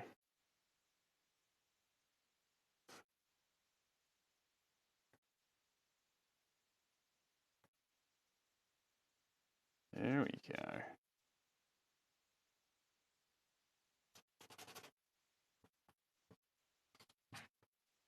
Fantastic.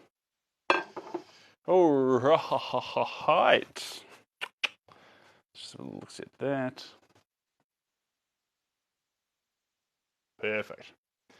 80 hours, a lot of painting, but he will be able to retire early. No, you got to keep painting, guys. It's not about actually retiring. It's not the idea. The idea is to paint for as many days as you can until you die. The idea is you paint because you love it. It's not like laying brick as such, where actually you are gunning for the end result of, I'm done now. If I get to paint well into being a senior, I'll be a happy, happy boy. Yeah, how cool would it be to be an artist and having grandkids, and for them to know that you're like a artist? That's what you do. So when you pull out the pencils and crayons and things, they're all just so excited. Well, they don't care. That's also funny. There we go. A little bit in there.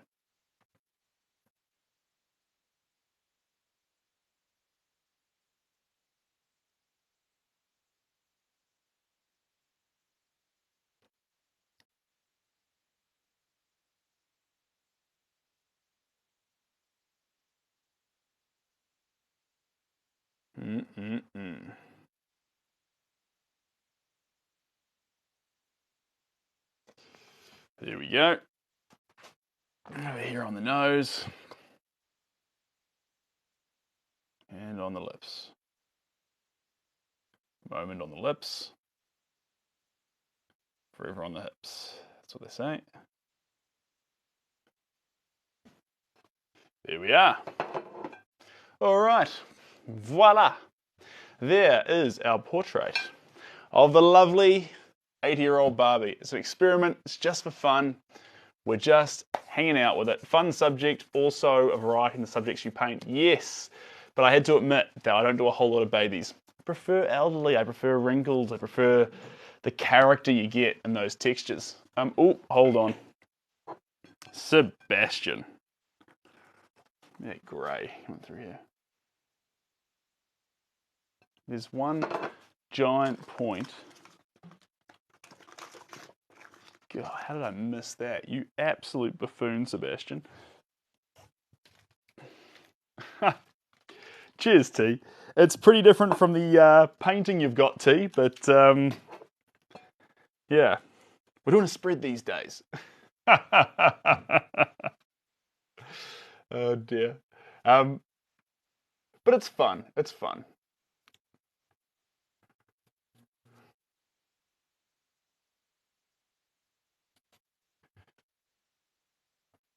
All right, there's a little bit more through here. There we go. There we are. T, I love your one too. The amount of people, T, who ask me for print, they're like, oh, I see some dog prints on your website. Where's that Hungarian Vizsla one? People absolutely love that one, T. So, yeah, I might have to sneak by one day and get it photographed, but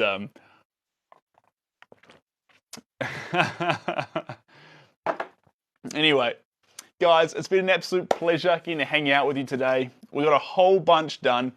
Dogs are fun. Dogs, look, honestly, dogs bring a whole bunch of love. It's easy to put love, compassion, loyalty, trust, companionship into a painting of a dog because the dog brought that to the painting. You just need to paint it. That's easy. Yeah, so no, dogs are very, very fun. Anyway, guys, does she remind you of someone? I do get some Cruella de Vil vibes from her. I do get some Barbie vibes from her. The main vibe I get from her is just a really, really matriarch, feeling glory. Like, I love how this thing's so off, like, there's so much poof in what she's wearing, and it sort of heads off in the direction she's steering. She's a cool lady. I like this. We had fun. We have fun here. All right, I will be around this weekend. It'll be lots of fun. Provided we confirm it, we'll see. I'm working on design for a garden artwork at the moment with a very, very special man. If we manage to tee it up right this weekend and the weather's okay, I'm going to get out there and do a coat number 1. Where's the best place to do a coat of a garden? Some fancy garden. I want to find some flowers. I want to be in and amongst the scents and smells of the garden when we start this piece, and then we're going to be wild and silly. I'm so sorry, that would have been really loud. But I'm serious, we're going to be wild and silly. And some pieces to ship early next week. Going to see those going off in boxes. And then parrots, more parrots coming obviously. We need more layers on that one. And sanding down the stone. I've got so many things. Why are just so many things? What's going on? And then some framing of some pieces. The ballerina, really interesting. I can't wait to actually show you this one. Never before seen frame. This doesn't happen. This is very unique. It's very special. It's a floating frame, but it's done in a really different way. You're going to love it. You're going to be like, ooh, ooh. Or you'll be like, I hate that. But trust me, it's fantastic. You'll love it to bits. Saf, welcome. Great to have you here, but I am going to evaporate. Love you how it takes you 5 minutes to turn something so, oh, thanks, Peace. I appreciate that. And love the proportions. Me too. Anyway, guys, thanks everyone for being here, showing your support. You're all a bunch of legends. I've had a really good time. I'm going to head off and do my thing. Jules, see you later. You're quiet here, Jules. Sneaky, sneaky. All right, I'm on the move. Shout out from Canada. Cheers, Zeke. Catch ya. Mason, bye for now. Bye, guys.